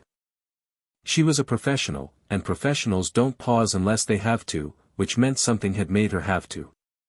On the negligent care charge, she said, my clients enter a plea of not guilty. The chamber received this in silence. Marchbanks looked at her over reading glasses. Let the record note that the plea is entered. The Wiesengemot will hear from Gringotts on the audit findings. Ragnok stood. He moved to the witness standing area on the central floor with the unhurried precision of someone who had given formal testimony many times and had no interest in making it theatrical. He stated his name and role for the record, confirmed the audit reference number, and then spoke for 23 minutes. He was devastating. Not in the way of someone attacking. In the way of someone reading from a ledger, item by item, date by date, figure by figure, each piece landing not with drama but with the flat, exact weight of documented fact. The hardship bonus claims, 9, each identical in structure, each supported by a welfare report that used the same language as the previous one with minor syntactic variation. The conversion records, each galleon withdrawal documented to the specific exchange transaction. The mortgage payment, the amount, the date, the relationship to the accumulated fund balance. The property survey of the cupboard, the dimensions, 120 square centimeters, the bolt positions, the single light fitting, the absence of any heating element in a space used as a child's bedroom for 9 years. He read the medical records from the school physicals. He read the height and weight percentiles. He read what the nutritional deficit finding meant, clinically. He read it all flat and precise and without flourish, and the chamber was very quiet throughout. When he finished, he returned to his seat. Marchbanks looked at Thornfield. Does the defense wish to cross-examine the auditor? Thornfield looked at her notes. Then she looked at Ragnok. Then she made the decision of a competent barrister who knows when the facts are what they are. No, Chief Warlock. The chamber heard from Archie Belkins next, retired, brought in under compelled testimony, a small deflated man in his 60s who looked like he had been dreading this day for quite some time. He confirmed that he had filed the welfare reports. He confirmed that he had not visited the placement. He said, with the specificity of someone who has decided that the truth is the only remaining option, that he had been overworked and underfunded and had made a decision early in his career to treat low-risk placements as routine, and that the Potter placement had been flagged as low-risk because of the protection ward, and that he had flagged it as low-risk in 1981 and had never revisited that classification. You never questioned, Marchbanks said, and it was not quite a question, whether a placement might be low-risk for the wizard protecting the child and still not low-risk for the child. Belkins was quiet. No, he said. I didn't. The chamber heard from the school physician who had conducted Harry's last 3 annual physicals. She was a Muggle doctor, and she had come through the ministry's interdepartmental cooperation arrangement, and she answered questions through Clanworth with the precision of a medical professional giving clinical information, the percentile data, the trend lines, what the trends indicated, what she had noted in her records. Her records included a notation from the 3rd physical that read recommend referral for social services assessment home environment, and when Clanworth read this out and asked whether the referral had been made, she said, with a controlled anger that was all the more effective for being controlled, that she had made the referral to the school, which had made the referral to the county social services, which had conducted a visit, which had spoken to the Dursleys and filed a report saying the home environment was satisfactory. Because they spoke to the Dursleys, she said. Who are, if nothing else, good at seeming satisfactory. The chamber had a reaction to this. Not loud, a rustle, a shift, the collective uncomfortable movement of people recognizing something. Marchbanks called for order without needing her gavel and got it. Then she said, I understand that Harry Potter is present in the gallery today. I would like to ask, through Gringotts, as his client representative, whether he is willing to give testimony. Ragnok looked at Harry. Harry was already standing. He walked to the central floor with the careful deliberateness of someone who is aware of how they look and has decided that being small is not the same as being lesser. He stood in the witness area and looked around the chamber at the tiered seats, all those faces, and then looked at Marchbanks. My name is Harry James Potter, he said, into the stone-amplified quiet. I'm 10 years old. He paused, not for effect, but because he was organizing what he wanted to say, and he had learned in 9 days of Gringotts that precision was more powerful than volume. The welfare report said I was healthy, adjusting well, and that the placement was satisfactory, he said. Those things were not true. I slept in the cupboard under the stairs from my earliest memory until 2 weeks ago. I know that because I just checked against a photograph I found in my vault. I'm in the cupboard in the background of a photograph my aunt took of my cousin's birthday, and I'm old enough in it to walk, which means I was there before I was 2. He looked around the chamber. I'm not telling you this because I want anyone to feel sorry for me. I'm telling you because the report said it was satisfactory, and someone needs to say clearly and on the record that it was not. He let that sit for a moment. The chamber was absolutely still. The money, he said. I didn't know about the money until the audit. I didn't know my parents left anything. I didn't know what the Dursleys were being paid. When I found out, the thing that bothered me most wasn't the amount. He thought about how to say this precisely. The thing that bothered me was that someone had decided the arrangement was worth paying for. Had set it up and funded it and kept funding it for 9 years. Which means there were people who could have checked what they were funding and didn't. He looked at the DMLE section of the chamber, where Amelia Bones was watching him with an expression of focused attention. I understand that the oversight officer is who failed. I understand that the system that allowed it is what needs to change. I'm not asking anyone to feel guilty about, I'm asking this body to look at what happened and make sure it can't happen to someone else, because I was in a cupboard and someone was being paid to make sure I wasn't, and that gap is the problem. He stopped. He looked at Marchbanks. That's what I wanted to say, he said. The chamber was quiet for a long moment. Marchbanks looked at him with an expression that was professionally composed and personally moved, which she handled by being extremely controlled for 3 seconds and then proceeding. Thank you, Mr. Potter. Is there anything else? One thing, Harry said. The Dursleys. He looked at them, at the 2 chairs on the floor, Vernon, who had gone red when Harry started speaking and had not looked at him directly since, and Petunia, who was looking at him now, steadily, with that same complicated unnameable thing in her face that had been there in the kitchen 2 weeks ago. I'm not asking this body to punish them because I'm angry at them. I was angry at them, earlier. Mostly I'm not, now. He thought about it, honestly, because he had spent time thinking about it. What they did was wrong. The fraud was wrong. What they didn't provide was wrong. But I don't think they thought of it as cruelty. I think they didn't want me and had me anyway, and they told themselves a story about it, and the story required not looking too closely. He paused. The looking too closely was what the oversight was for. So I think the oversight failure matters as much as what the Dursleys did. Maybe more. He walked back to his seat. The walk was 12 steps. 12 steps of complete silence, 300 witches and wizards watching, and he walked all 12 of them without hurrying, and sat down, an iron jaw, to his left, made a sound so quiet it barely existed, which Harry recognized after a moment as the goblin equivalent of approval. The deliberations took 4 hours. The Wisengamot retired to a private chamber, and the parties waited in a side room that had tea and biscuits and 4 chairs and a window that looked onto an interior wall.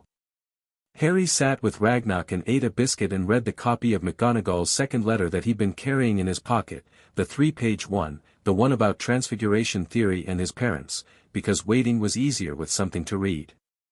Ironjaw stood by the door with his arms crossed, and didn't look like he was doing anything in particular, which was his way of doing everything in particular. Vernon and Petunia were in a different side room, with their barrister. The ministry legal team was in a third room. Amelia Bones, Harry had been told, went back to her office to deal with other cases, because she was a person who considered waiting a waste of time when there was work to do. At 3 o'clock, they were recalled. Marchbanks read the findings in the same tone she'd used throughout, clear, carrying, without drama, the voice of an institution that knew its own weight. Vernon and Petunia Dursley were found guilty on all 3 charges. The fraudulent documentation charge carried a fine, substantial, assessed against the property lien and added to it, which meant it came out of the equity remaining after Gringotts' claim, which was not much. The misappropriation charge carried a repayment order, the full 6,660 galleons converted at current rates and levied against their personal assets. The negligent care charge carried a probationary magical oversight arrangement, lasting 5 years, during which any interactions with magical minors required documentation and approval from the DMLE. Vernon made a sound when the repayment figure was read out. Not a word, a sound, something pressed out of him by the weight of a number that was larger than anything he'd been prepared for. Petunia made no sound. Thornfield accepted the findings on behalf of her clients with the professional equanimity of someone who had expected this and had spent the 4 hours preparing them for it. Marchbanks then turned to the oversight finding, which was separate from the Dursley verdict and directed at the ministry. The Department of Child Welfare was ordered to conduct a full review of all active placements, to implement mandatory field inspection requirements for hardship bonus claims, and to establish an independent oversight body that sat outside the department's own hierarchy. Belkin's pension was suspended pending a separate disciplinary review.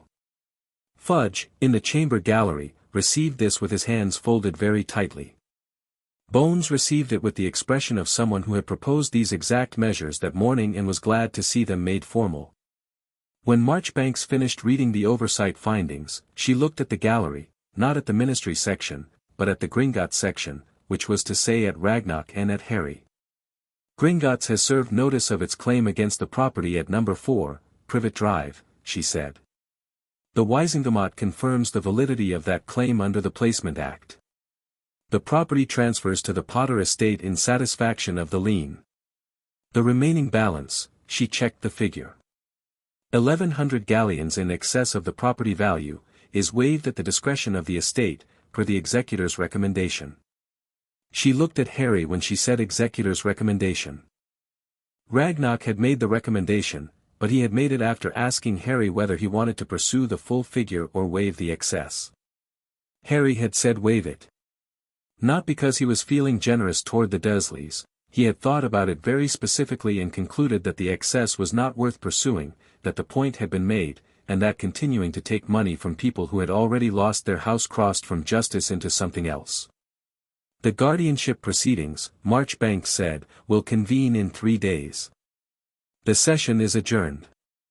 The gavel came down. In the corridor outside, walking back toward the ministry atrium, they passed the Dursleys and their barrister. It happened because the corridor was the only exit and there was no avoiding it. Vernon didn't look at Harry. He was looking at the middle distance with the expression of a man who has had the thing he built his identity around taken apart and is not sure what is underneath. Petunia stopped. Harry stopped too, because he wasn't afraid of her, and because something in the moment wanted him to stop. They looked at each other in the ministry corridor, a 10-year-old boy and a woman in her mid-30s who had once been the younger sister of a girl with red hair and green eyes.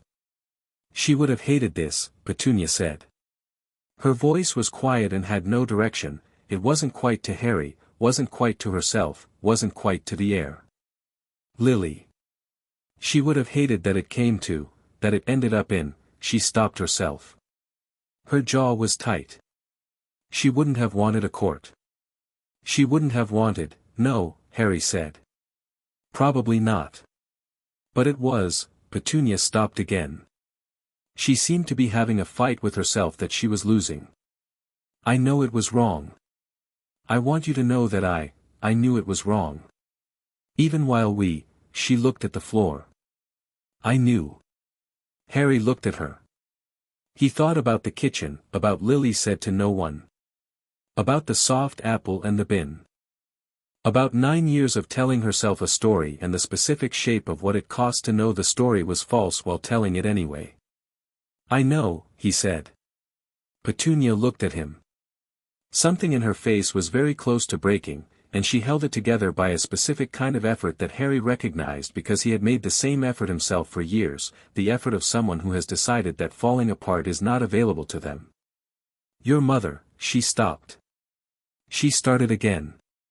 She loved you. Before she loved you completely. I saw her face when she looked at you. I saw it.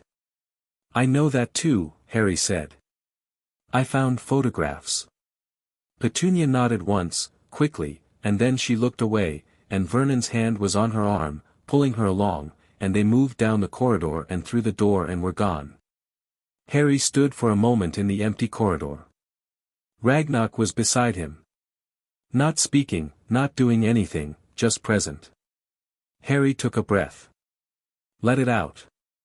I'm okay, he said. I know, Ragnok said.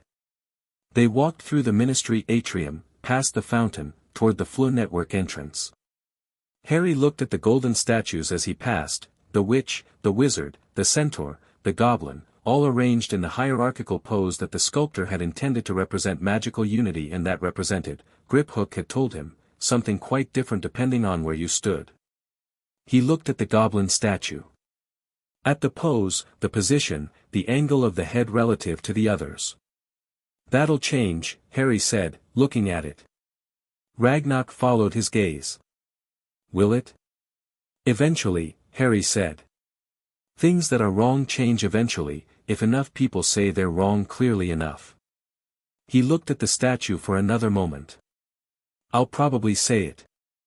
Ragnok made a sound that was the closest thing to a laugh Harry had ever heard from him, not warm, not quite, but genuine. I expect you will, he said.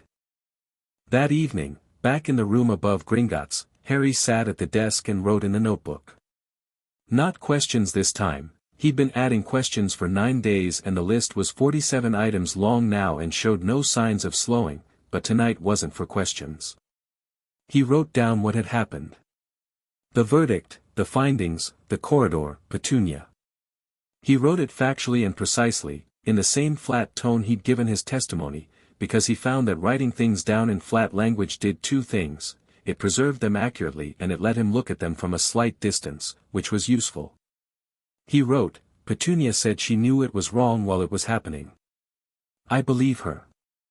I don't think knowing something is wrong is the same as not doing it, and I don't think admitting it now makes it not have happened. But I believe her. It's better to believe her than not to. He wrote, the oversight system failed as much as the Dursleys did.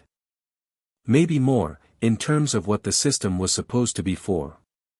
Marchbank seems to understand this. He wrote, in 3 days, the guardianship hearing. Dumbledore tomorrow.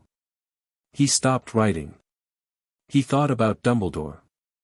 About tomorrow's meeting, which he had arranged and chosen and prepared for. He had a list of things he wanted to say and a list of questions he wanted to ask, and he had thought carefully about the order of them and why the order mattered. He had asked Grip Hook about it and Grip Hook had said, say the hard thing first, because if you say the easy things first you'll be tired when you get to the hard thing and that's when you'll soften it, and Harry had thought that was exactly right and had reorganized accordingly. He was not afraid of tomorrow. He was something more complicated than afraid and more useful than comfortable. He was ready. He closed the notebook and looked out the window at the alley, quiet now, the shops dark, the cobbles catching the light from the lamp posts in small wet gleams because it had rained briefly at dusk and he hadn't noticed until now. He thought about his mother looking at him in the photograph. The demolished happiness of it. The completeness. He thought about his father's letter, which he had read 4 times and could almost recite from memory, and which had said, near the end, in that flowing confident script, whatever happened, whatever we weren't there for, you're a Potter, lad. We're not a family that stays down. He looked at his own hands on the desk. Green jacket. Properly fitting clothes. 47 questions in the notebook. A vault 600 feet below London full of letters from people who had loved each other. A letter from a professor who was trying to do the right thing late. A goblin who showed up at 6 in the morning because the conversation was interesting. 3 days until the guardianship hearing. 1 day until Dumbledore. He was not staying down. He went to bed, and slept, and in the morning everything continued. Chapter 7, What Dumbledore Knew. The meeting was arranged for 10 o'clock in one of Gringotts' formal consultation rooms, which were different from the working meeting rooms in the way that formal things are different from working things. The table was better, the chairs were better, and the lighting came from sconces that gave the stone walls a quality of weight and permanence that was not accidental. Harry arrived at 9:45 and spent the time arranging his notebook on the table in front of him and then moving it slightly to the left and then back to center, which was the closest he got to being nervous. He had the list of things he wanted to say and the list of questions he wanted to ask, both memorized, and he had thought about the order until the order felt right, and he was as prepared as he knew how to be. Ragnok sat at the table's end, to Harry's left, with a clean scroll in front of him and his quill ready. Not for the purposes of intimidation, or not only, but because if something legally significant was said, Harry had wanted it documented, and Ragnok had agreed that this was sound practice. Grip Hook was not in the room, because this was not his meeting, but Harry had seen him in the corridor outside when he'd arrived, doing something with a folder that may or may not have needed doing at that particular location. At 3 minutes to 10, the flue in the corner of the room activated and Albus Dumbledore stepped out.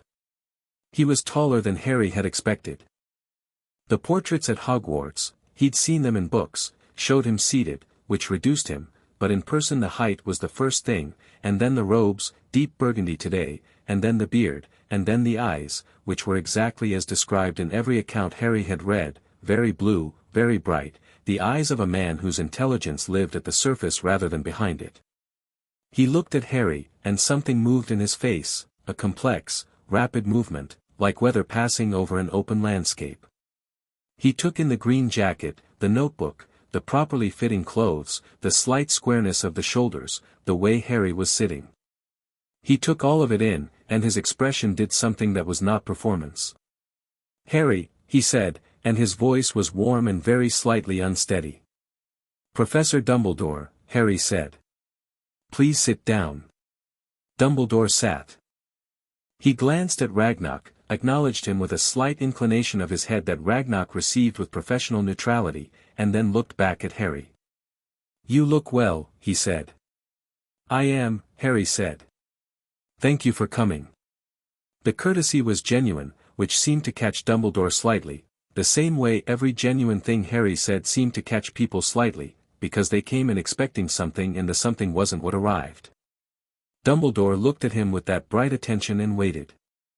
"I want to say some things," Harry said, "and then I want to ask some questions. I'd like to do the saying first." "Of course," Dumbledore said. Harry had put the hard thing first, as Griphook had advised. "You placed me with the Dursleys," he said. "You decided that the Blood Ward was worth the placement. I understand the reasoning. I've read about Voldemort, I've read about what he did, I've read about why the Blood Ward worked and what it would have protected me from. I understand why someone might have looked at the situation and decided the protection was the priority." Dumbledore was very still. "What I can't understand," Harry said, "is the 9 years afterward. The decision in 1981, I can follow the logic of, even if I think the logic was wrong. But from 1982 onward, you received reports. Quarterly reports. Saying I was fine. And you, I want to ask, not assume, did you read them?" A pause. "A genuine one." "I received them," Dumbledore said. He stopped. He looked at the table, and the look was not a composure-gathering look but an honest one, the look of a man who is not going to be able to give himself an easy answer and knows it. "I read the summaries. I did not examine them with the care I should have." "Why not?" Dumbledore looked up. "Because I was afraid of what a closer examination might show." The room received this quietly. It was honest. Harry recognized it as honest, not a managed admission but an actual one, and it cost Dumbledore something to say it, and Harry could see the cost, which made the honesty worse and better simultaneously. "You were afraid," Harry said carefully, "that if you looked closely enough, you'd find something that would force you to change the arrangement." "Yes," Dumbledore said. "And the arrangement was, I believe the arrangement was keeping you safe. From a threat that was not gone, not truly, despite all appearances. And I told myself that the Blood Ward was," he paused. "I told myself that an imperfect protection was better than no protection. I told myself many things, over 9 years, and most of them were true in isolation and all of them together built he looked for the word. A comfortable structure. That I did not examine too closely because comfort requires not examining." "The ward," Harry said. "You've mentioned it twice. Let me ask about it directly." He had this in the list. "The Blood Ward required that I live with a blood relative. It required that I call the place home. Is that right?" "In essence, yes." "Did it require my knowing about it?" Dumbledore blinked. "I'm not sure did the ward require my consent? Did it require that I understand what it was protecting me from, or why the arrangement was what it was?" Harry looked at him steadily. "Or did it just require my presence?" A long pause. "It required your presence," Dumbledore said. "And there is a component of the ward that involves the anchor of home. A sense of belonging. And you thought I'd feel that in a cupboard, Harry said. Not loud. Not angry. Just precise, the way a surgical instrument is precise, not because precision is cruel but because precision is what cuts cleanly rather than raggedly. Dumbledore looked at him, and the bright eyes were not comfortable. No, he said quietly. I did not think carefully enough about whether you would. He folded his hands on the table. I made a choice that prioritized the protection I could see over the harm I chose not to look at. That is the truth of it, and I will not dress it in better language than that, because I think you deserve the plain version. I do, Harry said. And then, because he was being honest too, I appreciate that you said it plainly. Dumbledore inclined his head. Now, Harry said, the questions. He opened the notebook to the page he'd prepared. Ragnok's quill moved slightly, not writing yet, just ready. The ward is gone now, Harry said. The house is being transferred. Which means the protection is dissolved. What actually threatens me? Not in general terms, I've read the general terms. What specifically should I understand about my situation? Dumbledore looked at him for a moment with an expression that was recalibrating, openly, to the fact that the 10-year-old across the table was asking a strategic question and expected a strategic answer. There are Death Eaters at large, Dumbledore said. Specific individuals who served Voldemort and were not imprisoned. Some of them believe he will return. Some of them are actively working toward that. He paused. Without the ward, you are more exposed to magical location. There are spells, tracking spells, connected to your magical signature, that become easier to use without a blood ward dampening your trace. What does that mean practically? It means that your location is easier to determine for someone who is looking. Is someone looking? I don't know, Dumbledore said, and the honesty of this was slightly different from the honesty before. This was the honesty of genuine uncertainty rather than the honesty of admission. I believe there are people monitoring the situation. I do not believe there is an active, organized threat to you at this specific moment. Voldemort is diminished. What form he exists in currently is unclear even to me. Harry wrote something in the notebook. Not the answer, he'd remember the answer, but a note about what to look up. What can replace the ward? In terms of protection. Gringotts is secure, I understand that. The property in Wales, can it be warded similarly? Dumbledore looked at him. He looked at him for long enough that Harry met his eyes and waited. Potter Manor, Dumbledore said. You know about it. It's in the estate records, Harry said. It's mine. Can it be warded? Any property can be warded, Dumbledore said. The blood ward specifically was powerful because of the maternal connection, Lily's sacrifice, the love she embodied in it. That specific ward can't be replicated. But there are other protections. Fidelius. Layered proximity wards. Goblin cast boundary enchantments, which are, he looked at Ragnok.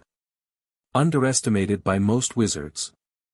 Not by us, Ragnok said, which was the first thing he'd said since the meeting began. No, Dumbledore agreed. Not by you. Harry made another note. Would you help, he asked. With the warding.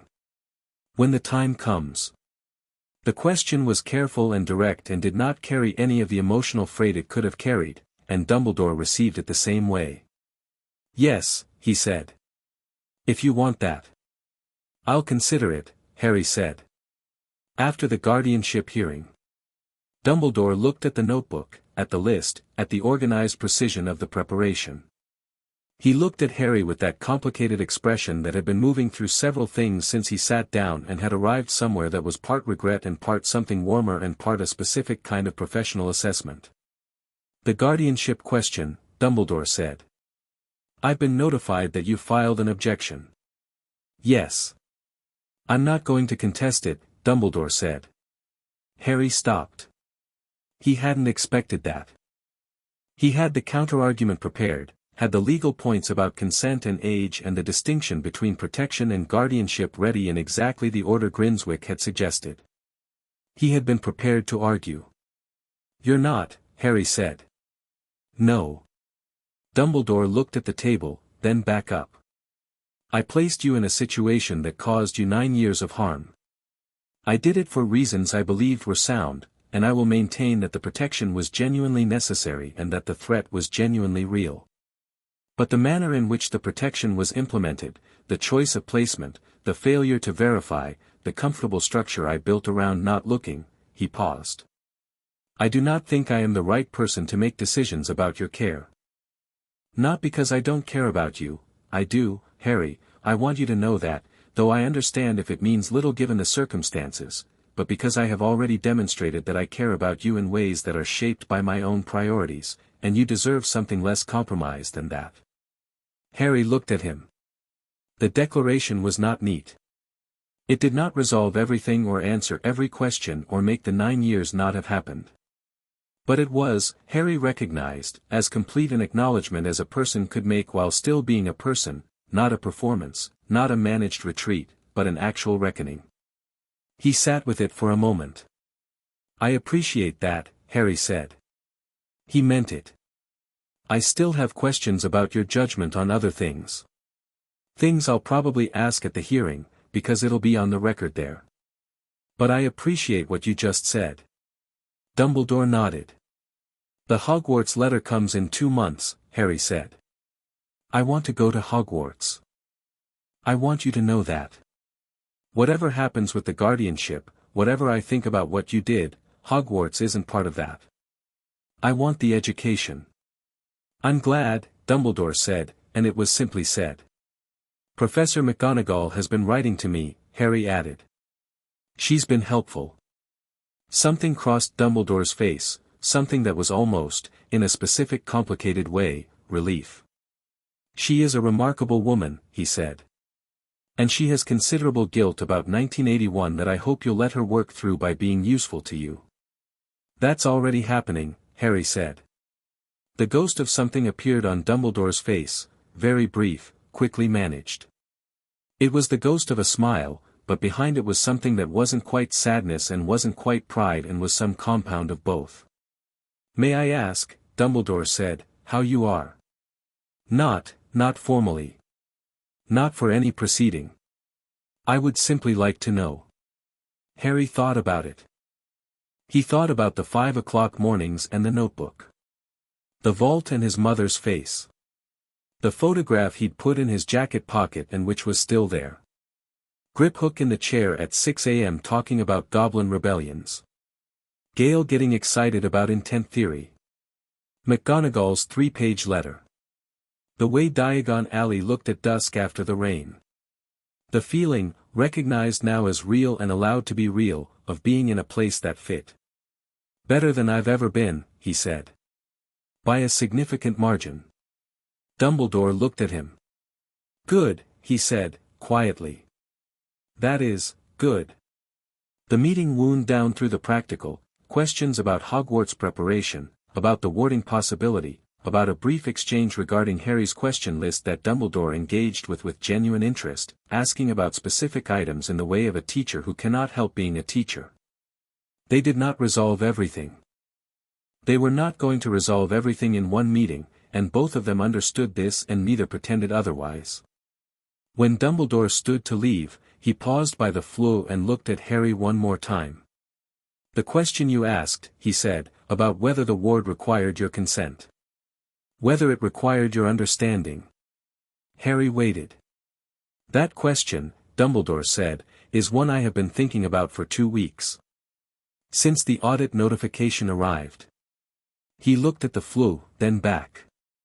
"The ward required your presence.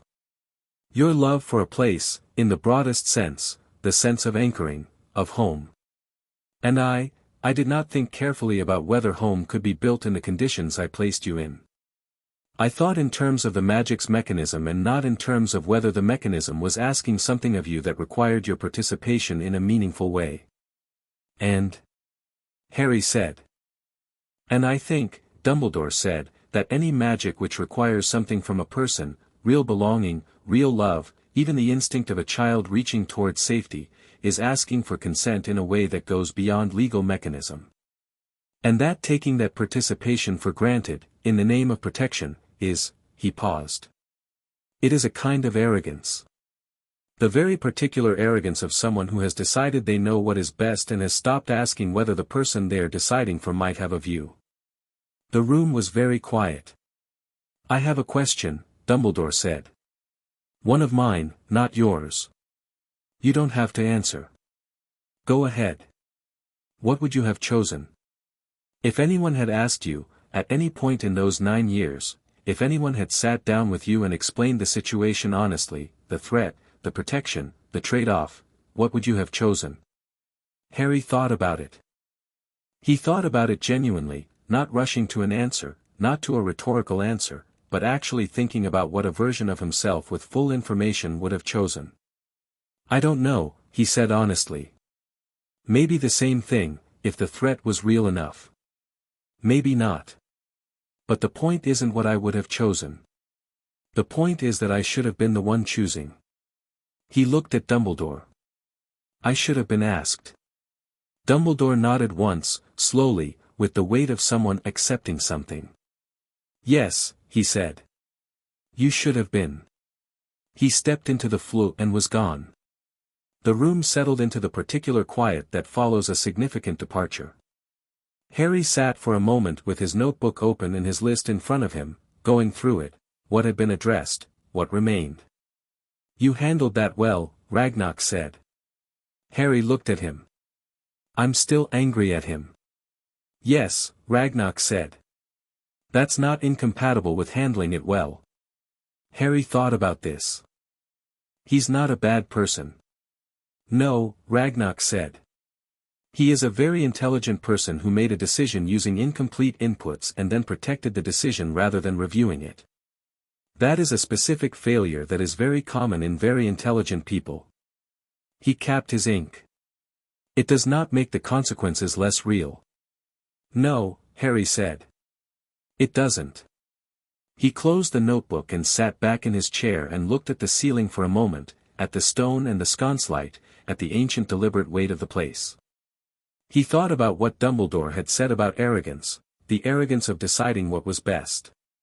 He thought about the other version of this meeting that he'd prepared for, the one where Dumbledore had been defensive, had argued the ward's necessity, had fallen back on authority. He thought about how he'd have handled that version, and the truth was he'd have handled it the same way, the same precision, the same directness, the same refusal to be managed. He was glad he hadn't needed to. "The hearing is in 2 days," Ragnok said. "I know. The guardianship question will be less adversarial now. With his withdrawal. There'll still be things to establish," Harry said. "The official Gringotts custodial arrangement. The warding question, I want that on the record, the plan for Potter Manor. And I want to ask about the other thing." "Which other thing?" Harry looked at him. "The ancient magic. My mother's sacrifice. He said it created the ward because of love. I want to understand the mechanism, not the blood component, the love component. What it actually is and how it works and whether it can be, whether something like it can be built deliberately." He paused. "If the most powerful protection that's ever been cast on me was the product of someone choosing to die for me, then I want to understand what that magic is. Because I think it matters. Beyond just me." Ragnok looked at him for a long moment. "That," he said, "is a question for someone considerably more expert than anyone at Gringotts. But I can tell you which section of the restricted archives to start with." "Good," Harry said. "Add it to the list." The night before the guardianship hearing, Harry sat on the floor of his room with his back against the bed and the vault photographs spread around him. He'd brought a selection back from the vault in a preservation folder, maybe 30 photographs, a cross-section of the collection. His parents at various ages. His grandparents. A group photograph that might have been the Order of the Phoenix, which he had learned about in the estate records and had 40 questions about that he was saving for later. He looked at them in the quiet. Not systematically, not in order, just looking. His father at maybe 20, on a broom that was the model Harry had identified from the plate in Vault 687, high up somewhere against a white sky, absolutely in his element. His mother at 16 or 17, in what looked like a library, surrounded by books with her sleeves rolled up, and the look on her face was, Harry knew that look. He made that face.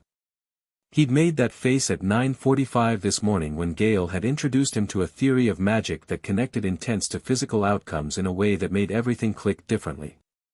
He was his parents in ways he could see and in ways he couldn't yet, and both were real, and both mattered. He thought about what it meant to claim something. Not to be given it, to claim it. He'd been given nothing in his life. What had been given to the Dursleys in his name and used for someone else's benefit. What he had now, he had because Ragnok had audited the ledger and the ledger hadn't lied, and because 10 days ago he had walked out of a cupboard and kept walking. He thought about the morning after the guardianship hearing. About Wales. About a house with 12 rooms and a library and 30 acres and his grandfather's kitchen garden, waiting under a preservation ward, keeping itself intact in the dark. He was going to need to order seeds. He put the photographs back in the folder with the careful precision he'd learned from watching Ragnok handle documents, and he got up and brushed off his jeans and went to the desk and wrote a letter to McGonagall. Dear Professor McGonagall, he wrote. The meeting with Dumbledore went better than expected. I'll tell you more after the hearing. For now, can you recommend anyone who specializes in the theory of sacrificial magic? Not the practical side. The theoretical underpinning of why a willing death creates a protection. I want to understand the mechanism. Also, separately, do you know anything about kitchen gardens? I'll explain that question later.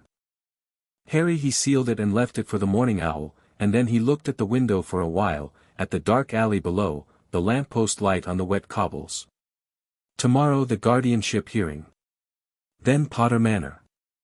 Then September and the Hogwarts letter and a whole world that had been waiting, whether it knew it or not, for him to show up. He was not afraid of any of it. He went to bed. The guardianship hearing began at 9 and was, as Ragnok had predicted, substantially less adversarial than the Dursley proceedings. Dumbledore appeared in the chamber and formally withdrew his guardianship claim in front of the Wizengamot, clearly and without qualification. Marchbanks received this with her characteristic precise efficiency, confirmed the withdrawal for the record, and moved to the question of the alternative arrangement. Grimswick presented the Gringotts custodial proposal. She presented it with the compressed authority of someone who has been doing this for a very long time, laying out the structure, the estate management component, the living arrangements, the consultation protocol that ensured Harry was involved in all significant decisions, the duration limited to the period of his minority, the oversight provisions, and the Wizengamot listened with the focused attention of a body that was, after the previous session's revelations, not inclined to dismiss alternative arrangements out of hand. There was discussion. Some members of the Wizengamot had questions about the precedent. This was not a common arrangement, a bank holding custodial authority over a magical minor, and Grimswick answered each question with the flat specificity of the legal record, citing precedents Harry hadn't known existed but which Griphook had told him about in one of their early morning sessions. Then Marchbanks asked Harry directly. This arrangement is proposed as one that reflects your expressed preference, she said. Is that accurate? Yes, Harry said, from the gallery. He was standing, which he'd done without quite deciding to, because the question was addressed to him and he answered standing. You understand the limitations? You remain a minor, which means, I understand, Harry said.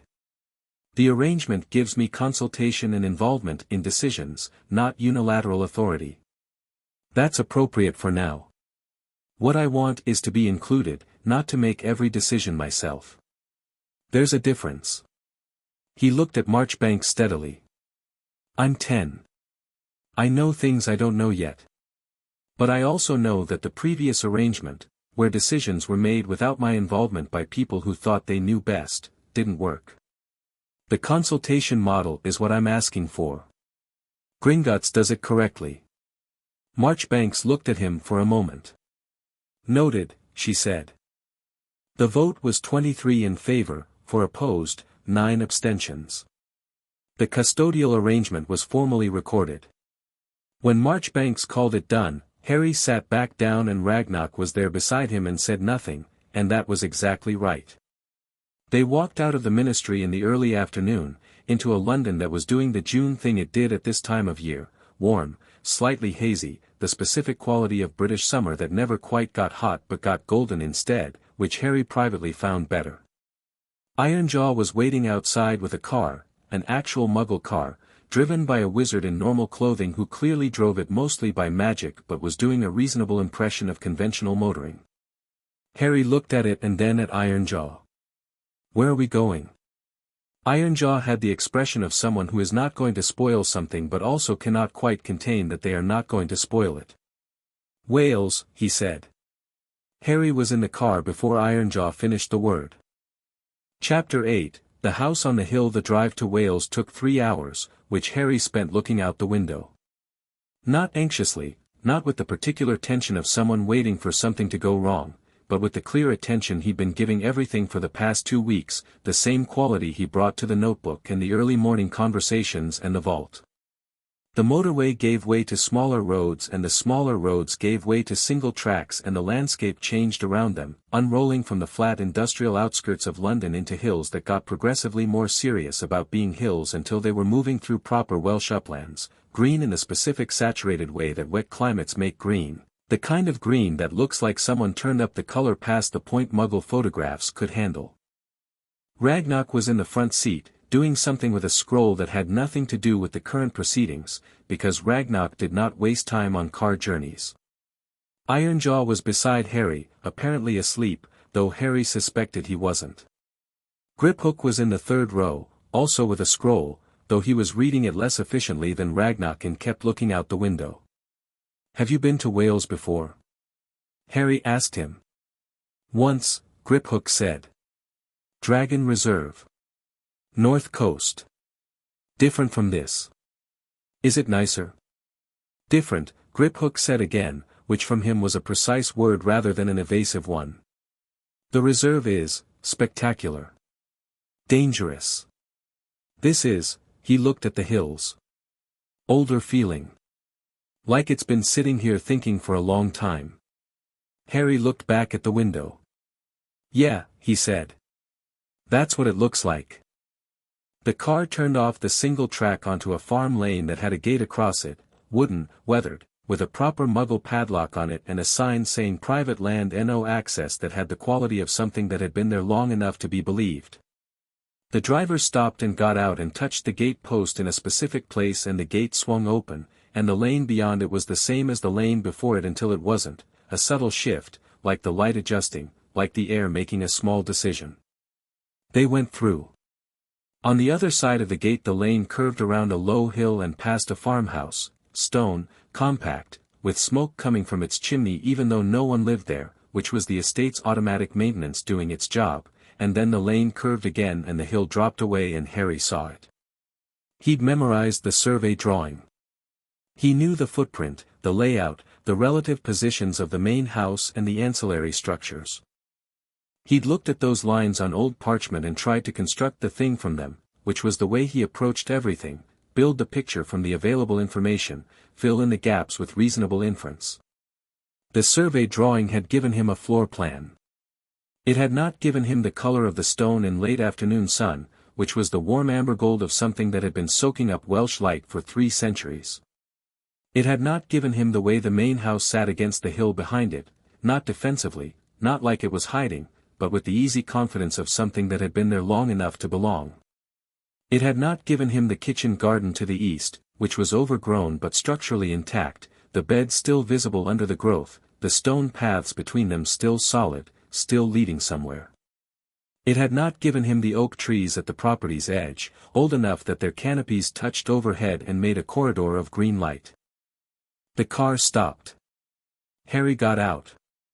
He stood in the lane with the afternoon light on his face and looked at it, and did not move for a while, and nobody said anything, because nobody needed to. The house was real. More real than the drawing, more real than 9 days of reading estate records, more real than the deed on the vault shelf or Ragnok's description of 12 rooms in a library in 30 acres. It was real in the irreducible way that physical things are real when you are standing in front of them, present, specific, particular to itself. His grandfather had planted that kitchen garden. His grandfather had walked those stone paths between the beds, hands probably dirty, probably in the kind of mood that physical work in good soil produces, which is a kind of thinking without thinking. His grandmother had probably stood at one of those upstairs windows looking out at the hills. His father had grown up here, had run through those oak trees, had climbed them probably, had known every room and every squeaking floorboard and every odd corner the way children know houses that are really theirs. Harry had none of those memories. But he had the house. And the house had been waiting. Ready? Ragnok said, beside him. Harry breathed out. Yes, he said. The front door was unlocked by the estate key, a long iron thing, old, with a handle shaped like a running fox, which was apparently the Potter family device and which Harry had seen on the estate seal at the bottom of several documents. Ragnok handed it to him. Harry put it in the lock and turned it, and the door opened inward with the particular sound of a door that is heavy and well made and has been waiting, which is a sound between a sigh and a statement. Inside was cool and still and smelled of old stone and the particular dusty clean smell of somewhere that has been preserved rather than abandoned. The preservation ward, doing its work, no damp, no rot, no decay, just time suspended in amber. The entrance hall had a flagstone floor and a ceiling that was higher than it needed to be and a staircase at the far end that went up in 2 directions, splitting at a landing where a window looked out over the kitchen garden. The light inside was afternoon specific, long and golden, coming through windows that were full length on the ground floor and smaller as the house went up. It moved across the flagstones in slow rectangles. Harry stood in the entrance hall and turned in a full circle, looking. The walls were stone, mostly unplastered, because someone at some point had made the decision that the stone was good enough and should be visible, which Harry immediately agreed with. There were 2 doors off the hall besides the staircase, one leading, he would discover, to the kitchen, and one to a sitting room that had a fireplace large enough to stand in and window seats deep enough to read in, which he also immediately decided was the right choice for a room. Ironjaw was moving through the ground floor with the professional efficiency of someone assessing structural integrity and maintenance requirements. He had a small notebook of his own and was writing in it quickly. Griphook had gone to the library, which was the second door on the right off the first landing, and from which, 2 minutes after they arrived, came a sustained sound that Harry identified after a moment as Griphook swearing quietly in gobbledygook, which he had learned enough of to recognize if not to translate, and which in this context meant the library was significant. Ragnok stood in the entrance hall and let Harry look, which was becoming a pattern that Harry had noticed and was grateful for. Harry went to the kitchen. The kitchen was large the way working kitchens are large, not for display, but because the work required it. Stone floor, wide hearth, a long wooden table in the center that had been there so long it had worn rings into the flagstones where its legs sat. The window above the sink looked directly into the kitchen garden, a full-length pane of old glass, thick enough to distort the view slightly at the edges, which made the garden look slightly underwater and also somehow more present, more emphasized, the way a frame makes a painting more itself. Harry stood at the sink and looked at the garden through the old glass. The beds were still there. The paths. The structure his grandfather had built and tended, now overgrown with a decade of unmanaged growth, herbs gone to seed, what had been neat rows now loose and crossed, a climbing rose on the south wall that had expanded explosively in its freedom and was now more or less conducting its own agenda, which it seemed to be doing successfully. But the bones of it were right. The layout was right. The paths went where they should go, and the beds were the size they should be, and the light fell across it at the angle that a kitchen garden needed, southeast facing, long morning light, some afternoon shade from the house's shadow. Harry thought about his grandfather walking those paths. He thought about seeds. He went back to the entrance hall and up the stairs. The library made him stop in the doorway for a long count. Griphook was already inside, moving along the shelves with his scroll and his very focused attention, because the library was the kind of thing that demanded focused attention.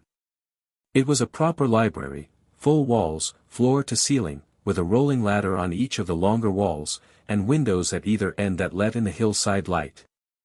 The shelves were old dark wood and packed with books that ranged from very old to moderately old, because no one had added to this library since 1981, and whoever had added to it before that had added seriously and with genuine range. There were sections in gobbledygook, Griphook had found these, which explained the swearing, and sections in Latin in something that might have been early modern Welsh, and a section at the far end that had preservation charm so strong the air around it felt slightly thick. "Don't touch the end section without gloves," Griphook said, from halfway up a ladder. "I wasn't going to," Harry said. "3 of those are restricted under the 1887 Dark Artifacts Act," Griphook said, "which means they're only illegal if you use them as directed, which, I understand restricted texts," Harry said.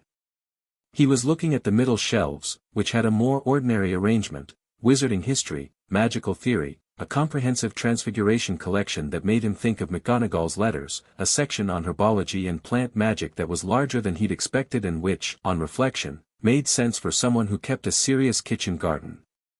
He pulled out a book from the herbology section. Magical Cultivation and the Properties of Intentionally Grown Plants, by one Professor G. Foss, published 1923. He opened it. The margins were full of handwriting, annotations, careful and small, in a hand he didn't recognize. His grandfather's, probably. Maybe further back. He put it carefully under his arm and kept moving. The window at the far end of the library looked out over the oak trees at the property's edge. The afternoon light came through the oaks in the way light comes through old trees, filtered, complex, full of movement. Below the window was a window seat, wide, padded, with the padding slightly faded, that had clearly been used extensively and had the quality of a place that had been someone's thinking spot. Harry sat in it. The view through the oaks to the hillside beyond was unhurried and specific and very quiet. Far enough from anything that no traffic sound reached here. Just the oaks, the hill, the sky above the hill, a hawk turning slow circles on a thermal about 300 feet up. He sat there for 10 minutes, alone, with the herbology book on his knee and the house around him and the estate spreading out in every direction. Not performing anything. Not managing anything. Just being in it. Then Ironjaw appeared in the library doorway with his notebook and said, "Structural assessment is complete," and the moment folded itself away, complete, and Harry got up. Ironjaw's assessment was methodical and thorough and good news, which was not a foregone conclusion even with a preservation ward. Preservation kept things from decaying but didn't account for the original construction quality, and there were old houses where the original construction quality was roughly aspirational. Potter Manor was not one of them. The original stonework was excellent. The foundations were, by Ironjaw's assessment, built by someone who understood that Wales was wet and had planned accordingly. The roof wanted attention in one section and 2 windows on the north face needed reglazing, but these were maintenance issues rather than structural ones. "The east wing is the weakest," Ironjaw said, walking Harry through it with the notes. "Original construction, no later modifications. The interior walls have settled, which is normal for 300-year-old stone, but 2 of the room layouts are slightly tilted." "Tilted how?" "Aesthetically," Ironjaw said. "Everything is structurally sound. Some walls lean at angles that were probably not the architect's first choice." "Do you think the architect cared?" Ironjaw looked at the tilted wall. "I think the architect built a house in 1706 and it's still standing, which means they cared about the right things." Harry looked at the wall too. "I like it," he said. Ironjaw wrote occupant approval of tilted wall in his notebook without expression and moved on. The 12 rooms resolved themselves into a pattern Harry liked. Nothing was too large to feel human, nothing was too small to be useful. His parents' rooms were on the first floor, west side, and Harry went in and stood there for a moment but didn't linger, because there was a lot to eventually know about those rooms and he had time. His father's study was on the ground floor beside the library and had a desk that was better than Ragnok's, wider, deeper, with built-in document organization that suggested the desk had been made for someone specific rather than from a standard pattern, which had probably been his grandfather's doing, given the herbology annotations. There was a smaller room off the main staircase landing that had been a child's room, he knew from the drawing, confirmed by the low shelf built into the wall at child height and the faded painted sky-and-stars ceiling that someone had applied with care and skill. The stars were actual constellations, accurately placed, with tiny dots of luminous paint that Ironjaw confirmed were still mildly active. Harry stood under the stars for a moment. Then he went back downstairs and into the kitchen and stood at the window looking at the garden again. Ragnok found him there. He came into the kitchen and stood for a moment looking at the window, at the garden, at Harry looking at both, and then moved to the table and sat down. He put the scroll he'd been working on throughout the day on the table, closed, and folded his hands. "Tell me what you're thinking," he said. Harry looked at the garden. "I'm thinking about what it takes to make something grow after it's been left for a long time," he said. "Whether the work is fundamentally different from starting from scratch or whether it's just different in texture. The bones are right. The structure's right. Someone put thought into the layout and that thought is still here." He looked at Ragnok. "It's not starting over. It's more like," he thought about the right word. "Continuing." Ragnok looked at him steadily. "The house needs work," Harry said. "The garden especially. And there are things to sort, the warding, the guardianship arrangement in practice, what happens at Hogwarts in September." "I'll be at Hogwarts most of the year, which means the house will be here when you return," Ragnok said. "That's what houses do." Harry nodded. He looked at the old glass window and the garden beyond it, the rose conducting its autonomous agenda on the south wall. "I want to start the warding work before September. I want this place secure before I leave for school. Not because," he thought about how to say it precisely. "Not because I'm afraid. But because it's mine and I want to protect it properly. On my own terms. Not a borrowed protection I didn't choose." "Agreed," Ragnok said. "Goblin boundary wards will take 2 weeks to install, if we start next week. Proximity alerts, Fidelius on request." "Yes to the Fidelius," Harry said. "I want to choose the secret keeper. I want it to be someone I trust, not someone who," he paused. "Not Dumbledore. I don't think Dumbledore is untrustworthy, necessarily. But I want someone whose judgment I trust specifically in relation to me." "Do you have someone in mind?" Harry thought. He thought about Ragnok, who was the most obvious choice but who was also his estate executor, and there was something about keeping those roles separate that felt important. He thought about McGonagall, who had written honestly and was making an effort, but who had demonstrated that under pressure she deferred to authority, which was not what a Fidelius keeper needed. He thought about Ironjaw, who was currently in the East Wing probably measuring the tilted walls with the serene focus of someone who took structural details seriously and who had, in 2 weeks, demonstrated a consistent and completely undramatic reliability that Harry trusted more than most demonstrations of loyalty he'd seen. "Ironjaw," he said. Ragnok looked at him. "He doesn't defer," Harry said. "He assesses and acts." He walked past a ministry official in Diagon Alley without breaking stride. He looked at Ragnok. He'd keep the secret because keeping it was correct, not because anyone told him to. Ragnok was quiet for a moment. "I'll ask him," he said. "He'll say yes." "How do you know?" "Because he spent the last 4 hours measuring the walls of your house," Ragnok said, when his official remit ended 2 hours ago. Harry looked at the kitchen table for a moment, at the worn rings where the legs had sat for centuries. He felt something he was beginning to be able to name without being embarrassed by it, which was gratitude in the specific form it takes when people are good to you not because they have to be but because they've decided to. "The estate account," he said. "For the house maintenance and the garden work, can we start that immediately? I want to hire someone for the garden. A local, a muggle, probably, since the garden is mostly non-magical plants. Someone who knows Welsh soil and what grows here. I'll have Sharpfong arrange inquiries through the standard concealment channels, Ragnok said. Any local hire will be managed through the farm front, they'll be employed as farm staff, and the estate's concealment charms will handle the rest. Harry nodded. Then, because it had been in his head since the kitchen garden window, what grew here? Originally. In my grandfather's time. Ragnok reached into the scroll case and produced a document Harry hadn't seen, a slim folder, which he opened and set on the table. Inside was a hand-drawn plan of the kitchen garden, labeled, annotated, dated 1974. Harry leaned forward. Herbs in 3 of the beds, thyme, rosemary, several things he didn't recognize. 2 beds of vegetables, laid out with the specific logic of companion planting. A bed at the far end labeled in his grandfather's handwriting simply lilies with a date of 1977, which was the year his parents had met at Hogwarts and the year his mother had visited for the first time, and which contained a list of plants that Harry had to read twice. All of them were ingredients.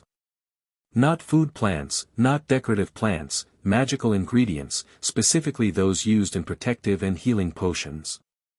His grandmother had given his mother a bed in the kitchen garden. His mother had planted protection. Harry put his hand flat on the plan. "Can I keep this?" he said. "It's yours," Ragnok said. "It's from the estate records. Everything in those records is yours." McGonagall arrived at 4 o'clock. Harry had invited her, in last night's letter, because the hearing was finished and he had said he'd tell her more after, and also because there was something specific about this day that felt like it needed a witness who was trying. She came by flue to the sitting room fireplace, which Ragnok had connected to the flue network that morning, stepping out with a brief moment of undignified soot-brushing that she managed with composed speed.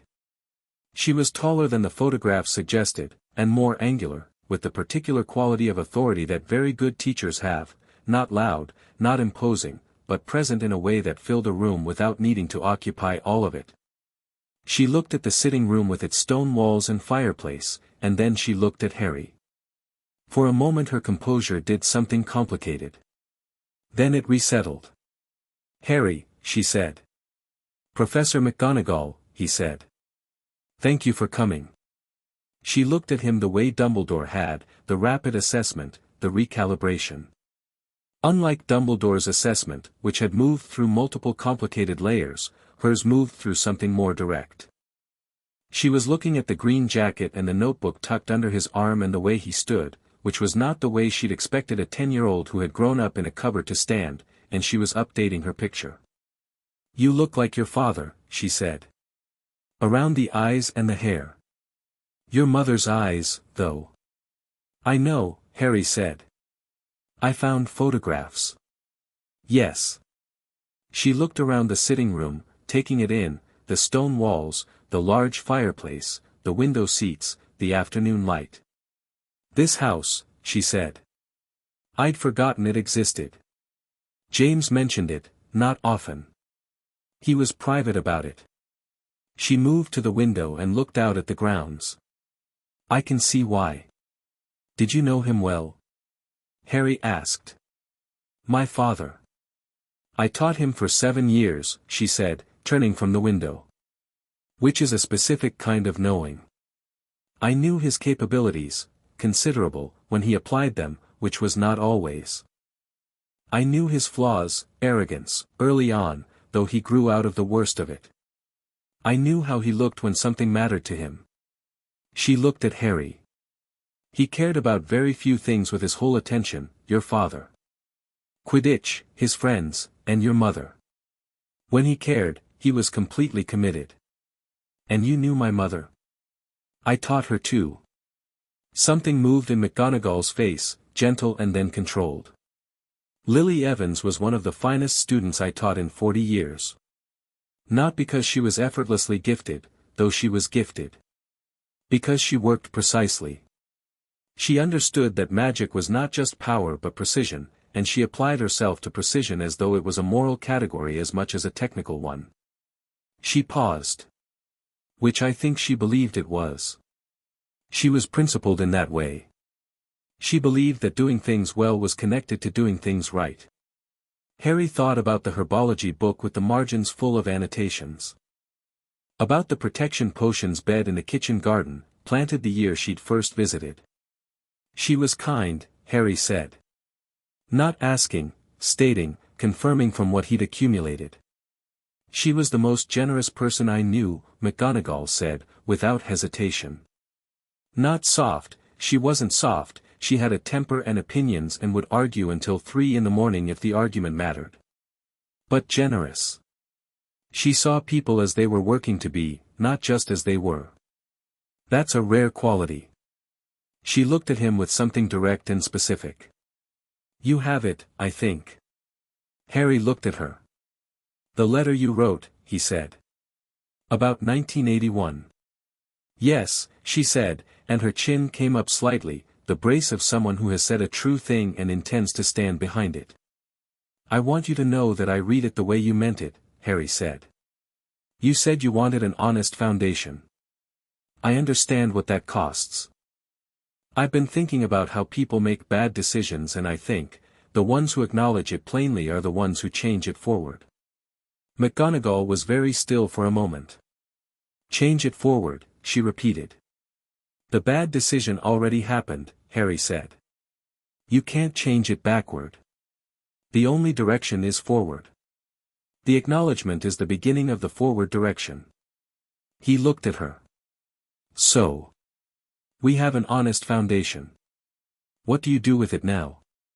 McGonagall looked at him for a long time, with an expression that was doing several things at once, surprise and something deeply personal and something that was very close to the demolished in the good way look that his mother had had in the photograph, and then something resolving into a kind of quiet conviction.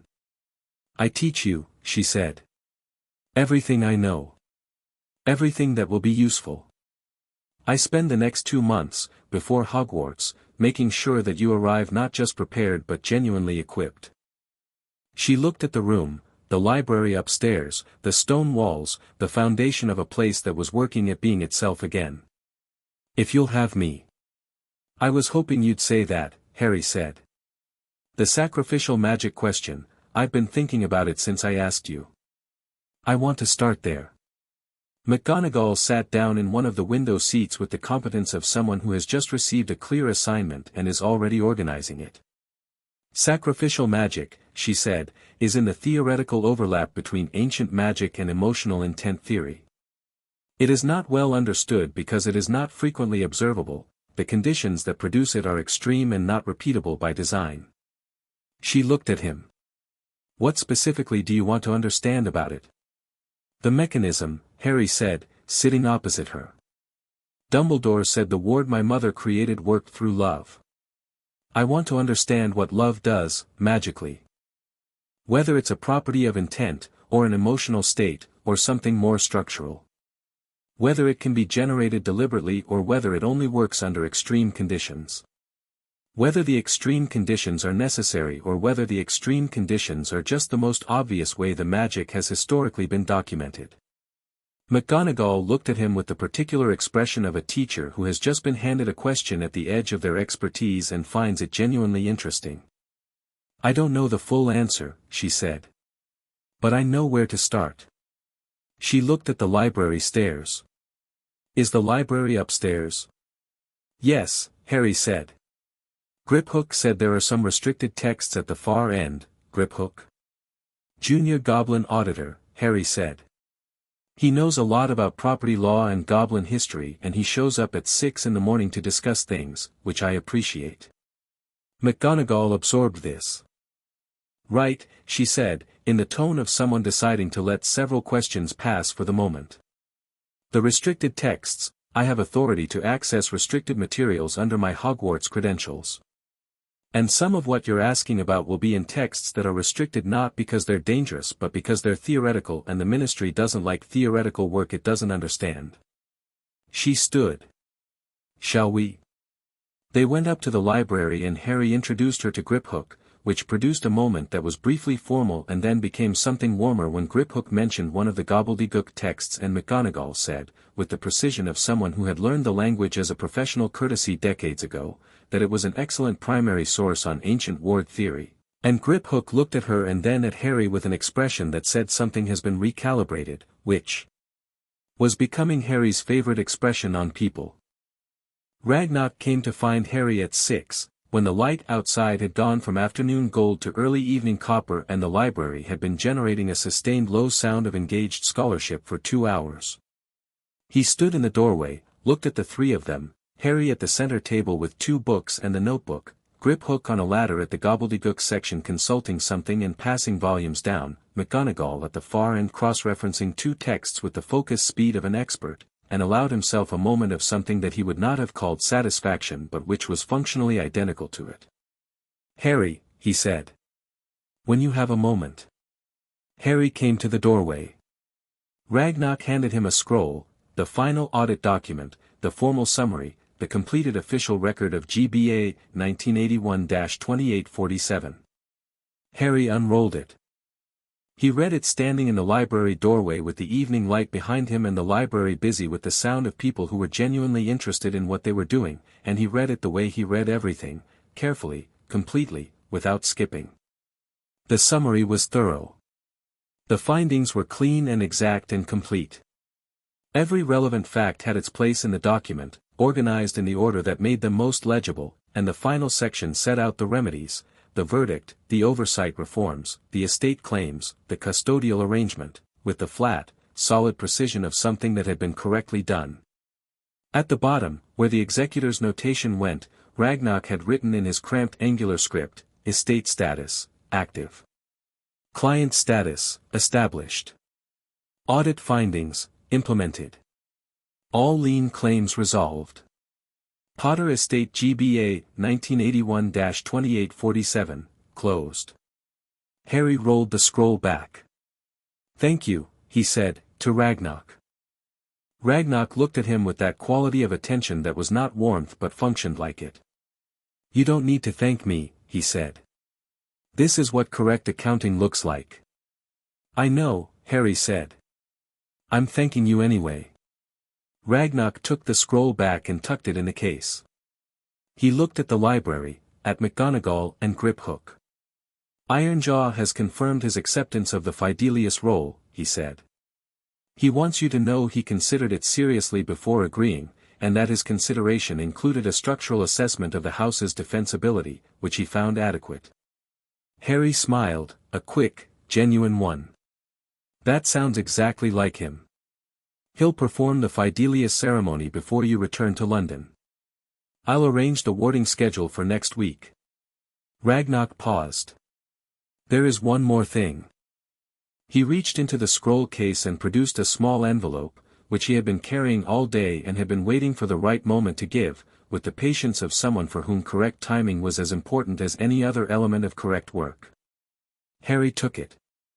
The envelope was addressed in handwriting he recognized from the vault, not his father's flowing script, but smaller, more precise, his mother's. It was addressed simply, "Harry. For when you're home." He looked at it. "It was in the vault," Ragnok said. "In the small wooden box. Behind the baby photographs." Harry turned the envelope over.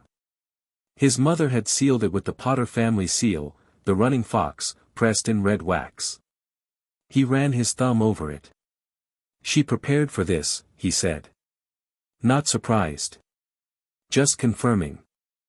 "She was thorough," Ragnok said, and there was something in his voice when he said it, something that was a specific kind of respect, the kind you give to someone who faced something enormous and did it carefully. "Like you." Harry looked at the envelope for another moment. Then he looked at the house around him, the library with its full shelves and its people, the corridor beyond with the flagstone floor and the long light, the staircase down to the kitchen with the old glass window, the garden waiting outside in the copper evening, the oak trees at the property's edge moving slowly in the hill wind, the hawk long gone from its thermal, the sky above the hills going from blue to something richer. He was in his house. He was 10 years old and he was in his house and his mother had left him a letter for when he was home. He was home. He went to the window at the end of the library corridor, a small window, just him-sized, looking west over the hillside where the sun was doing the thing it did in Wales in June, going down slow and gold and spectacular and slightly indifferent to how anyone felt about it, and he opened the envelope. His mother's handwriting was as he'd known it from the vault letters, small and precise, the writing of someone who thought carefully before committing ink to paper. "My darling Harry," it said. "If you're reading this, you found your way home. I knew you would. You are a Potter, which means you find your way back to things, and you are also you, which means you find your way forward to things, and between those two qualities I never worried very much about your eventual direction. There are things I need to tell you that are easier to write than to say, which is why I wrote them down. Your father would have talked you through it all in person, walking through the grounds, probably at speed because he rarely stood still when he could be moving. I'm writing. We balance each other, your father and I, which I think you'll find useful to know. The house is yours.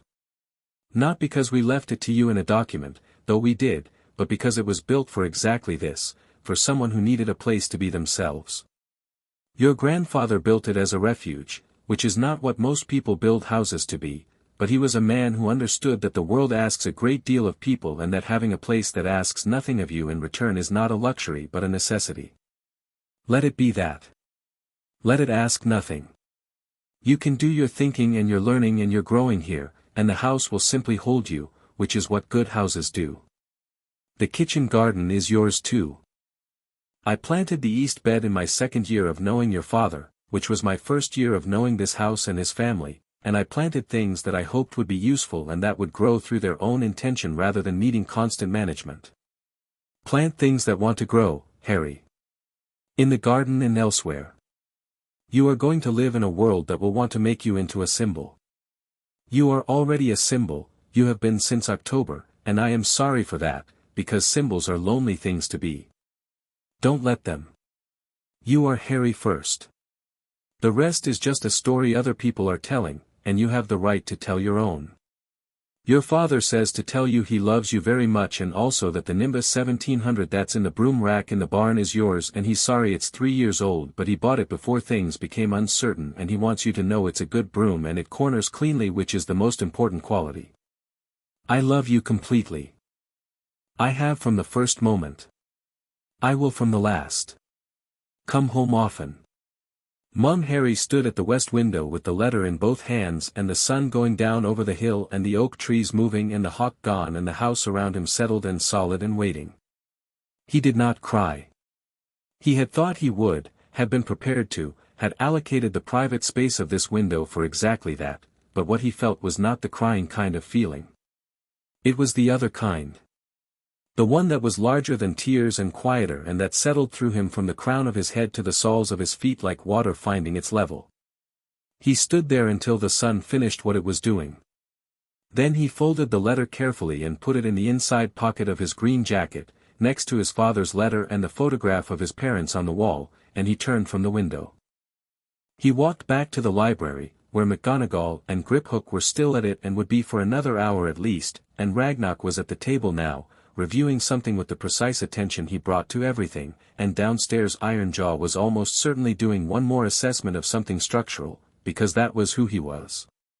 Harry sat down at the center table, opened the notebook to a fresh page, and wrote at the top of it, things to do. Under it he wrote, warding schedule. Garden plan. Seed order. Letter to Grinswick Re, Wisengamot follow-up. Ask McGonagall about the intent theory intersection with ancient ward magic, she's on to something with the emotional resonance angle. Write to Dumbledore, cautiously, once, about the warding consultation. He paused, then added, send the Dursleys' address, wherever they are now, the name of the Wizarding Social Services contact that Crestfall mentioned. Not for me. In case someone checks. He looked at that last item for a moment. Then he kept writing. Talk to Griphook about whether goblin cast wards can be layered with intent-based protection. Find out who planted the specific species in the east bed and whether they're still obtainable. Read the rest of the herbology book, Fleamont's annotations are useful. Ask Ragnok what a Potter family meeting looks like, legally, if I want to formally claim the family seat on the Wisengamot when I'm old enough. Begin that process early. He wrote until the evening went full dark and the library sconces lit themselves with the automatic competence of a house that had been doing this for 300 years and knew its business, and the room went warm with that particular light, and outside the Welsh hillside went its own kind of dark, which was not the dark of a cupboard under the stairs but the dark of a real place settling into its own night. At 9 o'clock, Ragnok said they would return to London tomorrow and begin the warding schedule next week, and Harry said yes, and then said, "Can I stay tonight?" Ragnok looked at him. "Just tonight," Harry said. "I'll come back tomorrow. I'd like to spend the first night here." Ragnok was quiet for a moment. He looked at the library, at the house, at Harry. "I'll arrange a detail," he said. "Ironjaw will stay." "I know," Harry said. "Thank you." Later, much later, when McGonagall and Griphook had fled back to London and Ragnok had gone with them and Ironjaw was somewhere downstairs doing whatever Ironjaw did with the hours of a night, Harry lay in the small room off the landing, the child's room, with the painted stars on the ceiling, and looked up at the constellations his family had put there. They were still slightly luminous. Just enough. The plough directly overhead. Cassiopeia toward the wall. Orion, just visible at the edge, the belt star catching whatever was left of the ward light. He lay under the stars his family had painted and thought about what he knew. He knew his parents had been real. Had been specific people with specific qualities and flaws and joys and ways of moving through rooms, and those things were recoverable, not all of them, not by a 10-year-old in 10 days, but over time, in the vault and in the letters and in the memory of people who had known them. He knew the world was complicated and that complicated was not the same as unfixable. That institutions could fail and could be made to account for it, if someone with the right standing pushed with the right precision. That justice was not a simple thing but it was a real thing, and you could get to it if you were methodical about it and didn't flinch from the parts that were uncomfortable to look at. He knew he was not the symbol the wizarding world had made of him. He was Harry. He was the son of James and Lily Potter, who had been brave and principled and specific people with kitchen gardens and Quidditch records and margin annotations, and he was the inheritor of something real that he was going to spend years understanding and in the meantime was going to treat with the respect that it deserved. He knew he was not afraid. He was 10 years old and he was lying under painted stars in a house that was his, with a notebook full of questions and 2 letters from people who had loved him before he could understand what love was, and somewhere downstairs a goblin was assessing the structural integrity of his walls with the serene focus of someone who had decided, without announcement, to be reliable, and outside the Welsh hills were doing their ancient unhurried thing, and in September he would go to Hogwarts, and before that he would read every book in the library and restore his grandfather's kitchen garden and plant things that wanted to grow, and after that, the world. He looked at Orion at the ceiling's edge. He thought about his mother's letter. "You are Harry first. The rest is just a story other people are telling."